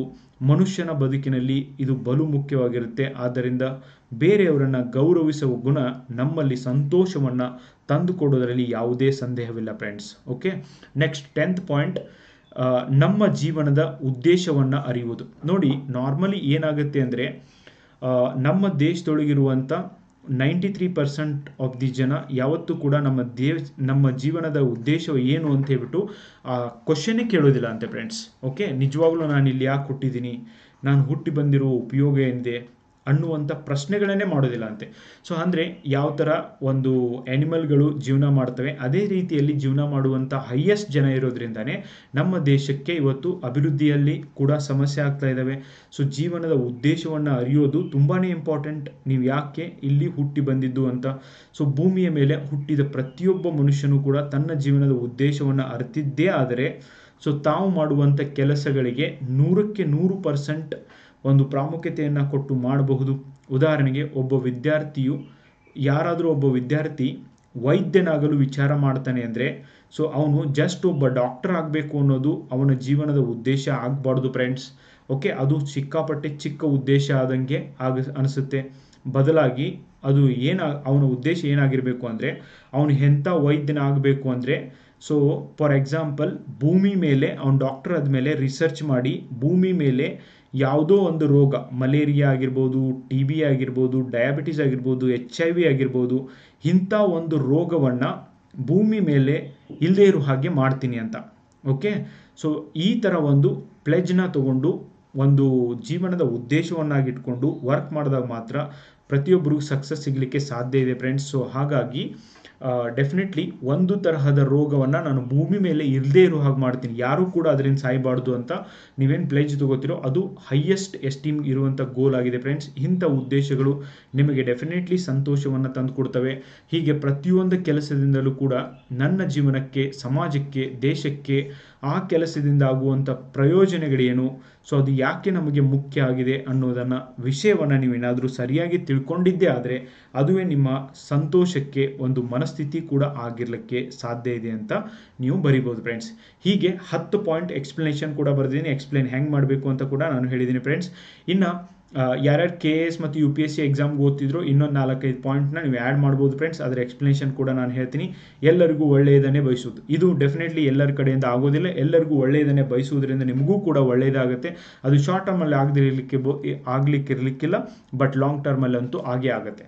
ಆಮೇಲೆ ಸಕಾರಾತ್ಮಕ ಚಿಂತನೆಗಳನ್ನು ಬೆಳೆಸಿಕೊಳ್ಳುವುದು, ಇವುಗಳನ್ನು ಕೂಡ ನೀವು ಎಕ್ಸ್ಪ್ಲೇನ್ ಮಾಡ್ಬೋದು ಫ್ರೆಂಡ್ಸ್ KS ಅಂತ ಎಕ್ಸಾಮಲ್ಲಿ ಬಂದಾಗ. ಸೊ ಡೆಫಿನೆಟ್ಲಿ ಸಕಾರಾತ್ಮಕ ಚಿಂತನೆಯಿಂದ ಮಾತ್ರ ನಾವು ಸಕಾರಾತ್ಮಕವಾಗಿರಲಿಕ್ಕೆ ಸಾಧ್ಯ ಆಗುತ್ತೆ ಫ್ರೆಂಡ್ಸ್. ಸದಾ ಓದುವ ಮಹತ್ವವನ್ನು ನೀಡುವುದು. ನೋಡಿ, ಪ್ರತಿ ಬಾರಿನೂ ಕೂಡ ನೀವು ಸದಾ ಓದ್ತಾ ಇದ್ದರೆ ನಿಮ್ಮ ನಾಲೆಜ್ ಅಪ್ಡೇಟ್ ಆಗುತ್ತೆ.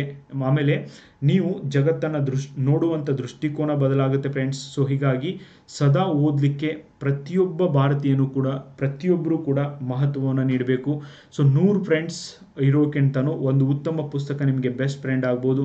ಓದೋದ್ರಿಂದ, ಜ್ಞಾನವನ್ನು ಗಳಿಸೋದ್ರಿಂದ ಡೆಫಿನೆಟ್ಲಿ ನಮ್ಮ ಬದುಕು ಉತ್ತಮವಾಗ್ತಾ ಹೋಗುತ್ತೆ ಫ್ರೆಂಡ್ಸ್. ಓಕೆ, ಆದ್ದರಿಂದ ಸದಾ ಓದಲಿಕ್ಕೆ ಒಂದು ವಿಚಾರವನ್ನು ಮಾಡಬೇಕು. ನೆಕ್ಸ್ಟ್, ಹೋಗಲಿ ಬಿಡು ಅನ್ನುವಂಥ ಮನೋಭಾವ. ನೋಡಿ ಫ್ರೆಂಡ್ಸ್, ಹೋಗಲಿ ಬಿಡು ಅನ್ನುವಂಥ ಮನೋಭಾವ ತುಂಬಾ ಇಂಪಾರ್ಟೆಂಟ್ ಮನುಷ್ಯನಿಗೆ. ಲೆಟ್ ಇಟ್ ಗೋ ಅನ್ನುವಂಥ ಮನೋಭಾವ ಇಲ್ಲ ಅಂದರೆ, ಇವತ್ತು ಈ ಒಂದು ಮನೋಭಾವ ಇಲ್ದಿರೋದ್ರಿಂದನೇ ಯಾರಾದರೂ ನಾನು ಪ್ರೀತಿ ಮಾಡ್ತೀನಿ ಅಂತ ಹೇಳಿದಾಗ, ನಾನು ಪ್ರೀತಿ ಮಾಡೋದಿಲ್ಲ ಅಂತ ಏನಾದರೂ ಹುಡುಗಿ ಹೇಳಿದರೆ ಅಂಥವ್ರನ್ನ ಕೊಲೆ ಮಾಡಲಾಗುತ್ತೆ. ಸೊ ಇತ್ತೀಚಿನ ಕೊಲೆಗಳನ್ನು ನೋಡಿದರೆ ನಿಮಗೆ ಅರ್ಥ ಆಗುತ್ತೆ ಫ್ರೆಂಡ್ಸ್. ಸೊ ನೀವು ಯಾರನ್ನೋ ಪ್ರೀತಿ ಮಾಡೋದು ಅದು ನಿಮ್ಮ ಹಕ್ಕು. ನೀವು ಪ್ರೀತಿ ಮಾಡ್ತಿದ್ದೀರ ಅಂದರೆ ದ್ಯಾಟ್ಸ್ ಫೈನ್, ಬಟ್ ನಿಮ್ಮನ್ನು ಅವರೂ ಕೂಡ ವಾಪಸ್ ಪ್ರೀತಿ ಮಾಡಬೇಕು ಅನ್ನೋದು, ಸೊ ಅದು ಯಾವ ನ್ಯಾಯ? ಅದು ಪ್ರೀತಿ ಕೂಡ ಅಲ್ಲ ಫ್ರೆಂಡ್ಸ್. ಫೋರ್ಸ್ ಮಾಡೋದು ಇನ್ನೊಬ್ಬರಿಗೆ ಪ್ರೀತಿ ಕೂಡ ಅಲ್ಲ. ನಿಮ್ಮನ್ನು ಯಾರಾದರೂ ಪ್ರೀತಿ ಮಾಡೋದಿಲ್ಲ ಅಂದಾಗ ಆ ರಿಜೆಕ್ಷನನ್ನು ಒಪ್ಕೊಳ್ಳುವಂಥ ಮನಸ್ಥಿತಿ ನಿಮಗಿರಬೇಕು. ಡೆಫಿನೆಟ್ಲಿ ಜಗತ್ತೇನು ಚಿಕ್ಕದಾಗಿದೆ. ಸೊ ನಿಮಗೆ ಅನಿಸುತ್ತೆ ಅಂದರೆ ನೀವು ಯಾರಾದರೂ ನಿಮ್ಮನ್ನು ರಿಜೆಕ್ಟ್ ಮಾಡ್ತಾರೆ ಅಂದರೆ ಒಬ್ಬ ವಿದ್ಯಾರ್ಥಿಯ ಅಥವಾ ವಿದ್ಯಾರ್ಥಿನಿಯ ಮನಸ್ಥಿತಿ ಹೆಂಗಿರಬೇಕು ಅಂತ ಹೇಳ್ತಿದ್ದೀನಿ ಫ್ರೆಂಡ್ಸ್. ನೋಡಿ, ಲೆಟ್ ಇಟ್ ಗೋ ಅನ್ನುವಂಥ ಮನೋಭಾವ. ಸೊ ಅವರಿಗೆ ನಿಮ್ಮ ಜೊತೆಗೆ ಬದುಕಲಿಕ್ಕೆ ಯೋಗ್ಯತೆ ಇಲ್ಲದೆ ಇರ್ಬೋದು. ಅದರ ಜೊತೆಗೆ ಜಗತ್ತೇನು ಕಡಿಮೆನೇ ಇದೆ. ಸೊ ಬೇಕಾದಷ್ಟು ಜನ ಇದ್ದಾರೆ. ಇವರಿಲ್ಲ ಅಂದರೆ ಇನ್ನೊಬ್ರಿಲ್ಲ ಅಂದರೆ ಮತ್ತೊಬ್ರಿಲ್ಲ ಅಂದರೆ ಇನ್ನೊಬ್ರು. ನೋಡಿ, ಕರ್ನಾಟಕದವ್ರು ಇಲ್ಲ ಅಂದರೆ ಮಹಾರಾಷ್ಟ್ರದಲ್ಲಿ ಬೇಕಾದಷ್ಟು ಜನ ಇದ್ದಾರೆ. ಮಹಾರಾಷ್ಟ್ರದಲ್ಲಿ ಇಲ್ಲ ಅಂದರೆ ಜಮ್ಮು ಆ್ಯಂಡ್ ಕಾಶ್ಮೀರದಲ್ಲಿದ್ದಾರೆ. ಇಲ್ಲೂ ಇಲ್ಲ ಅಂದರೆ ಡೆಫಿನೆಟ್ಲಿ ಫಾರಿನ್ ಕಂಟ್ರಿಯಲ್ಲಿದ್ದಾರೆ. ಇಷ್ಟೊಂದು ದೊಡ್ಡದಾದಂಥ ಭೂಮಿಯಲ್ಲಿ ನಿಮಗೋಸ್ಕರ ಯಾರೂ ಇಲ್ವೇನಾ? ಸೊ ಆದ್ದರಿಂದ ಯಾರಾದರೂ ನಿಮ್ಮನ್ನು ರಿಜೆಕ್ಟ್ ಮಾಡಿದರೆ ಡೆಫಿನೆಟ್ಲಿ ನೀವು ಅದನ್ನು ಪಾಸಿಟಿವ್ ಆಗಿ ತಗೊಂಡು ಅದನ್ನು ಒಪ್ಕೊಳ್ಳುವಂಥ ಅವಶ್ಯಕತೆ ಇದೆ. ಜಗತ್ತಿನೊಳಗಿದ್ದವ್ರು ಎಲ್ಲರೂ ನಿಮ್ಮನ್ನು ಪ್ರೀತಿ ಮಾಡೋಕ್ಕಾಗೋದಿಲ್ಲ, ಎಲ್ಲರೂ ನಿಮ್ಮನ್ನು ಒಪ್ಕೊಳ್ಳೋಕ್ಕಾಗೋದಿಲ್ಲ. ಸೊ ಹೀಗಾಗಿ ಹೋಗಲಿ ಬಿಡು ಅನ್ನುವಂಥ ಒಂದು ಮನೋಭಾವ ಏನಾಗ್ತಿದೆಯೋ ಒಳ್ಳೆಯದಕ್ಕೆ ಆಗ್ತಿದೆ, ಏನಾಗಿದೆಯೋ ಒಳ್ಳೆಯದಕ್ಕೆ ಆಗ್ತಿದೆ, ಆಮೇಲೆ ಏನು ಆಗೋದಿದೆಯೋ ಅದು ಕೂಡ ಒಳ್ಳೆಯದಕ್ಕೆ ಆಗೋದಿದೆ ಅನ್ನುವಂಥ ಮನೋಭಾವ ಇದು ಏನು ಭಗವದ್ಗೀತೆಯಲ್ಲಿ ಬರ್ತದೆ. ಸೊ ಅದರಿಂದ ಡೆಫಿನೆಟ್ಲಿ ನೀವು ಹ್ಯಾಪಿಯಾಗಿರಲಿಕ್ಕೆ ಸಾಧ್ಯ ಆಗುತ್ತೆ ಫ್ರೆಂಡ್ಸ್. ನೆಕ್ಸ್ಟ್ 15ನೇದು, ಯಾವುದು ನಿಯಂತ್ರಿಸಲು ಸಾಧ್ಯವೋ ಅದನ್ನು ನಿಯಂತ್ರಿಸಿ. ನೋಡಿ, MS ಧೋನಿ ಕೂಡ ಯಾವತ್ತೂ ಇದನ್ನು ಹೇಳ್ತಾರೆ. ಭಗವದ್ಗೀತೆಯಲ್ಲಿ ಬರುವಂಥ ಒಂದು ಮಾತು ಫ್ರೆಂಡ್ಸ್ ಇದು. ಯಾವುದು ನಿಮ್ಮ ಕಂಟ್ರೋಲಲ್ಲಿರುತ್ತೋ ಅದನ್ನು ನೀವು ಕಂಟ್ರೋಲ್ ಮಾಡಿ ಅಂತ. ಫಾರ್ ಎಕ್ಸಾಂಪಲ್, PSI ಪರೀಕ್ಷೆ ಯಾವಾಗಿದೆ ಇದು ಅಂತೂ ನಿಮ್ಮ ಕೈಯೊಳಗಿಲ್ಲ ಫ್ರೆಂಡ್ಸ್. ಈ ಡೇಟ್ ಏನು, ಸೆಪ್ಟೆಂಬರ್ ಒಳಗಾಗುತ್ತೋ, ನವಂಬರ್ ಒಳಗಾಗುತ್ತೋ, ಡಿಸೆಂಬರ್ ಒಳಗಾಗುತ್ತೋ, ಡೇಟ್ ಅಂತೂ ನಿಮಗೆ ಗೊತ್ತಿಲ್ಲ. ಬಟ್ ಇದು ನಿಮ್ಮ ಕೈಯೊಳಗೆ ಇಲ್ಲ ಕೂಡ, ಯಾಕಂದರೆ ಸರ್ಕಾರ ನಿರ್ಧಾರ ಮಾಡುತ್ತೆ. ಬಟ್ ನಿಮ್ಮ ಕೈಯೊಳಗಿದ್ದಿದ್ದು ಹೆಂಗೆ? ಪೇಪರ್ 1ನ ಪ್ರತಿದಿನ ಎಷ್ಟು ಗಂಟೆ ಕೊಟ್ಟು ಪ್ರಾಕ್ಟೀಸ್ ಮಾಡ್ತೀನಿ, ಸೆಕೆಂಡ್ ಪೇಪರ್ಗೆ ಎಷ್ಟು ಗಂಟೆನ ಕೊಡ್ತಿದ್ದೀನಿ. ಸೊ ಈ ಒಂದು ಪ್ರಿಪ್ರೇಷನ್ ಏನಿದೆಯೋ ಅದು ಮೋರ್ ಇಂಪಾರ್ಟೆಂಟ್ ದೆನ್ ಡೆಫಿನೆಟ್ಲಿ ನಮ್ಮ ಕೈಯಲ್ಲಿರುವುದು.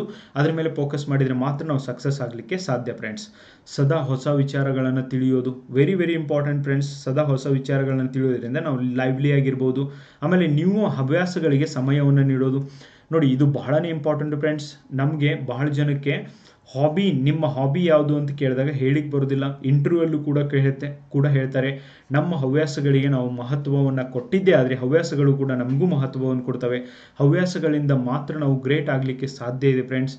ನಾವು ನಮ್ಮ ಕೆಲಸವನ್ನು ಹವ್ಯಾಸ ಮಾಡುವ ರೀತಿಯಲ್ಲಿ ಇಷ್ಟಪಟ್ಟು ಮಾಡಿದ್ದೇ ಅದರಲ್ಲಿ ಪ್ರತಿಯೊಂದರಲ್ಲೂ ಕೂಡ ಸಕ್ಸಸ್ಸನ್ನು ನಾವು ಕಾಣ್ಬೋದು ಫ್ರೆಂಡ್ಸ್. ಇನ್ನು ನಿಮ್ಮ ಕುಟುಂಬಕ್ಕೆ ಸಮಯ ನೀಡಿ. ಡೆಫಿನೆಟ್ಲಿ ಮಕ್ಕಳೊಂದಿಗೆ ಬೆಳೀರಿ. ಅವರ ಒಂದು ಎನರ್ಜಿ ನಿಮ್ಮನ್ನು ಮೋಟಿವೇಟ್ ಮಾಡುತ್ತೆ. ನೆಕ್ಸ್ಟ್, ಆರೋಗ್ಯವೇ ನಿಜವಾದ ಡೆಫಿನೆಟ್ಲಿ ಆಸ್ತಿಯಾಗಿದೆ ಫ್ರೆಂಡ್ಸ್. ಆರೋಗ್ಯವೇ ನಿಜವಾದ ಭಾಗ್ಯ ಆಗಿದೆ. ಹಾಗಾಗಿ ಆರೋಗ್ಯವನ್ನು ಕಾಪಾಡಿಕೊಳ್ಳೋದು ತುಂಬ ಇಂಪಾರ್ಟೆಂಟ್. ಇತರರಿಗೆ ಆದಷ್ಟು ಸಹಾಯ ಮಾಡಿ. ನಿಮ್ಮ ಕಡೆ ಆದಷ್ಟು ಇತರರಿಗೆ ಸಹಾಯ ಮಾಡೋದು ಉತ್ತಮ. ಇನ್ನು ಮೊಬೈಲ್ ಟಿವಿಯಿಂದ ಆದಷ್ಟು ದೂರವಿರಿ. ಓಕೆ, ಮೊಬೈಲ್ ಟಿವಿಯಿಂದ ದೂರವಿರಿ ಅಲ್ಲ, ಸೊ ಬಿಡಿ ಅಂತಲೇ ನಾನು ಹೇಳ್ಬೋದು ಫ್ರೆಂಡ್ಸ್. ನಗುವುದು ಆರೋಗ್ಯಕ್ಕೆ ತುಂಬ ಒಳ್ಳೆಯದು. ಸೊ ಯಾವತ್ತೂ ಕೂಡ ನಗ್ತಾ ಇರಿ. ಇವೆಲ್ಲ ನಿಮ್ಮನ್ನು ಸಂತೋಷವಾಗಿರಲಿಕ್ಕೆ ಸಾಧ್ಯ ಆಗುತ್ತೆ ಫ್ರೆಂಡ್ಸ್. ಇನ್ನು ಕನ್ಕ್ಲೂಷನ್, ನೋಡಿ, ಐ ಹೋಪ್ ನೀವು ಎಲ್ಲ ಪಾಯಿಂಟ್ಸ್ನು ಕೂಡ ಅರ್ಥ ಮಾಡ್ಕೊಂಡಿದ್ದೀರಿ ಅಂತ. ಈಗ ಕನ್ಕ್ಲೂಷನ್ ಹೇಳ್ತೀನಿ ನೋಡಿ ಫ್ರೆಂಡ್ಸ್. ಸೊ ಯಾವ ಥರ ನೀವು ಬರಿಬಹುದು, ಹೀಗೆ ಸಂತೋಷವು ಮೂಲತಃ ಒಂದು ಮನಸ್ಥಿತಿಯಾಗಿದೆ. ಇದು ನಮ್ಮದೇ ಆಯ್ಕೆಯಲ್ಲದೆ ಡೆಫಿನೆಟ್ಲಿ ಬೇರೇನೂ ಅಲ್ಲ. ನಮ್ಮನ್ನು ಸಂತೋಷವಾಗಿರಲಿಸಲಿಕ್ಕೆ, ಯಾವತ್ತೂ ಸಂತೋಷವಾಗಿರಿಸಲಿಕ್ಕೆ ಬೇರೆಯವರಿಂದ ಜಸ್ಟ್ ನಾಟ್ ಇಂಪಾಸಿಬಲ್ ಫ್ರೆಂಡ್ಸ್. ಇದನ್ನು ನೀವೆಲ್ಲರೂ ಒಪ್ಕೊಳ್ಳುವಂಥ ಅವಶ್ಯಕತೆ ಇದೆ. ಸೊ ಹೀಗೆ ನಾವು ಯಾವತ್ತೂ ಸಂತೋಷವಾಗಿರ್ತೀವಿ ಅಥವಾ ಯಾರ ಜೊತೆನೋ ಯಾವತ್ತೂ ಸಂತೋಷವಾಗಿರ್ತೀವಿ, ಮೂಲ ಸೌಕರ್ಯಗಳಿದ್ದರೆ ಸಂತೋಷವಾಗಿರ್ತೀವಿ ಅನ್ನೋದು ಬರೀ ಭ್ರಮೆ ಆಗಿದೆ ಫ್ರೆಂಡ್ಸ್. ಪ್ರತಿಯೊಂದನ್ನು ಒಪ್ಕೊಂಡು, ಪ್ರತಿಯೊಂದು ಇರುವಂಥ ಸಂದರ್ಭವನ್ನು ಅರ್ಥ ಮಾಡಿಕೊಂಡು, ಜೀವನದಲ್ಲಿ ಬರುವಂಥ ಸಣ್ಣ ಪುಟ್ಟ ವಿಷಯಗಳನ್ನು ಆನಂದಿಸುವುದರ ಮೂಲಕ ಡೆಫಿನೆಟ್ಲಿ ನಾವೇನಾದರೂ ಪರಿಶ್ರಮ ಮತ್ತು ಶ್ರದ್ಧೆಯಿಂದ ದುಡಿದಿದ್ದೇ ಆದಲ್ಲಿ ನಾವು ಸಂತೋಷವಾಗಿರಲಿಕ್ಕೆ ಸಾಧ್ಯ ಇದೆ ಫ್ರೆಂಡ್ಸ್. ಓಕೆ, ಆಮೇಲೆ ಇದರ ಜೊತೆಗೆ ಸತ್ಯವನ್ನು ಒಪ್ಪಿಕೊಳ್ಳುವಂಥ ಒಂದು ಮನಸ್ಥಿತಿ ವೆರಿ ಇಂಪಾರ್ಟೆಂಟ್ ಫ್ರೆಂಡ್ಸ್. ಸೊ ಇದರಿಂದ ನಿಮ್ಮಲ್ಲಿ ಭಾವನಾತ್ಮಕ ಮತ್ತು ಸಕಾರಾತ್ಮಕ ಭಾವನೆಗಳಿರುವಂಥ ಒಂದು ಫೀಲಿಂಗ್ ಬರುತ್ತೆ. That makes lot of difference in your life friends. So ಹೀಗಾಗಿ ಮೊದಲಿಗೆ ಇದು ಸುಲಭ ಅಲ್ಲ ಅಂತ ಅನಿಸುತ್ತೆ, ಓಕೆ, ಬಟ್ ಆದರೆ ಸಂತೋಷವಾಗಿರಲಿಕ್ಕೆ ಇದುವೇ ಸರಿಯಾದ ಮಾರ್ಗ ಕೂಡ ಆಗಿದೆ ಫ್ರೆಂಡ್ಸ್. ಸೊ ಆದ್ದರಿಂದ ಓಸೋ ಹಮ್ಮು ಅನ್ನುವಂಥ ಒಬ್ಬ ದಾರ್ಶನಿಕ ಹೇಳ್ತಾನೆ, ಒಬ್ಬ ಚಿಂತಕ ಹೇಳ್ತಾನೆ, ಜೀವನವನ್ನು ಬದುಕಬಾರದು, ಅದನ್ನು ಆಚರಿಸಬೇಕು.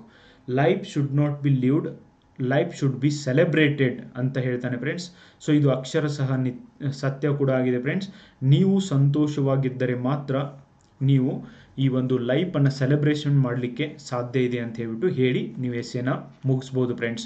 ನೋಡಿ, KAS ಪರೀಕ್ಷೆಗೂ ಕೂಡ ಒಂದು ಪ್ರಬಂಧವನ್ನು ಬರೆಯುವಷ್ಟು ಕಂಟೆಂಟ್ ನಾನು ಕೊಟ್ಟಿದ್ದೀನಿ. PSI ಎಕ್ಸಾಮ್ಗಂತೂ ನೀವು ಆರಾಮಾಗಿ ಬರಿಬೋದು ಫ್ರೆಂಡ್ಸ್. ಪ್ರತಿಯೊಂದು ಪಾಯಿಂಟ್ನು ಕೂಡ ಹೇಳಿದ್ದೀನಿ. ಸೊ ಈ ಪಾಯಿಂಟ್ಸ್ಗಳನ್ನು ಎಕ್ಸ್ಪ್ಲೇನ್ ಮಾಡಿ ನೀವು ಪ್ರಬಂಧವನ್ನು ಬರೆದ್ರೆ ಸಾಕು. ಯಾರು ಹೊಸ ರೀತಿಯ ಪ್ರಬಂಧಗಳನ್ನ ಬರಿತಿರೋ ಅವರಿಗೆ ಹೆಚ್ಚಿಗೆ ಮಾರ್ಕ್ಸ್ ಕೂಡ ಸಿಗ್ತವೆ. ಮೊದಲಿನ ಥರ ಇವತ್ತು ಕ್ವಶನ್ ಪೇಪರ್ಗಳು ಈಸಿ ಬರ್ತಾ ಇಲ್ಲ, they are very tough. So ಆದ್ದರಿಂದ ಕಂಟಿನ್ಯೂಸ್ ಎಫರ್ಟ್ ಇರಬೇಕು ಫ್ರೆಂಡ್ಸ್. ಎಕ್ಸಾಮ್ ಯಾವಾಗ ಬರ್ತಾವೋ ಅದು ನಿಮ್ಮ ಕೈಯೊಳಗಿಲ್ಲ. ಸೊ ಎಕ್ಸಾಮ್ ಬಂದಾಗ ಬರೆಯೋದು, ಅಲ್ಲಿವರೆಗೂ 100% ಎಫರ್ಟ್ ಹಾಕಿ ಓದೋದ್ರಿಂದ ಮಾತ್ರ ನಿಮ್ಮ ಬದುಕಿನಲ್ಲಿ ಏನಾದರೂ ಬದಲಾವಣೆ ಬರೋಕ್ಕೆ ಸಾಧ್ಯ ಇದೆ ಹೊರತು ಬಟ್ ಬೇರೆದನ್ನು ನಂಬ್ಕೊಂಡು ಕೂತ್ರೆ ಇದು ಸಾಧ್ಯ ಇಲ್ಲ ಫ್ರೆಂಡ್ಸ್. ಸೊ ಹಾಗಾಗಿ ಈ ಒಂದು ಎಸ್ಸೆನ ನಾನು ನಿಮಗೆ ಮಾಡಬೇಕಾಗಿತ್ತು. ಸೊ ಇಂಥವು ಕರೆಂಟ್ ಇವೆಂಟ್ಸಲ್ಲಿ ಯಾವ್ಯಾವ ಎಸ್ಸೆ ಇದ್ದಾವೆ ಅದನ್ನೆಲ್ಲವನ್ನೂ ಕೂಡ ನಾನು ಮಾಡ್ತಾ ಇದ್ದೀನಿ. ಇವನ್ ನೈತಿಕತೆ ವಿಷಯದ ಮೇಲೂ ಕೂಡ ಮಾಡ್ತಿದ್ದೀನಿ. ನಿಮ್ಮ ಸಪೋರ್ಟ್ ಕೂಡ ನನಗೆ ಅವಶ್ಯಕತೆ ಇದೆ. ಆ ಪುಸ್ತಕವನ್ನು ತೆಗೆದುಕೊಳ್ಳೋದನ್ನು ಡೆಫಿನೆಟ್ಲಿ ಮರಿಬೇಡಿ ಫ್ರೆಂಡ್ಸ್. ಸೊ ತುಂಬ ಎಫರ್ಟ್ ಹಾಕಿ ಮಾಡಿರುವಂಥ ಒಂದು ಪುಸ್ತಕ ಇದೆ. ಹೀಗೆ ಮತ್ತೆ ನಿಮಗೆ ಯಾವ ವಿಷಯದ ಮೇಲೆ ಎಸ್ಸೆ ಬೇಕು ಅನಿಸುತ್ತೋ ಕಮೆಂಟ್ ಬಾಕ್ಸ್ ಮೂಲಕ ತಿಳಿಸಿ. ಇಲ್ಲಾಂದರೆ ನಾನು ಕೂಡ ಕರೆಂಟ್ ಅಫೇರ್ಸ್ಗಳನ್ನು ನೋಡಿ ಮಾಡ್ತಾನೆ ಇರ್ತೀನಿ. ಓಕೆ, ಸೊ ಐ ಹೋಪ್ ನಿಮಗೆ ಈ ಕ್ಲಾಸ್ ಇಷ್ಟ ಆಗಿದೆ ಅಂತ ಅನ್ಕೋತೀನಿ. ಸೊ ಇಷ್ಟ ಆದಲ್ಲಿ ಕಮೆಂಟ್ ಮೂಲಕ ತಿಳಿಸಿ ಫ್ರೆಂಡ್ಸ್. ಕಮೆಂಟ್ ಮಾಡೋದನ್ನು ಮರಿಬೇಡಿ. Thank you so much for watching the video.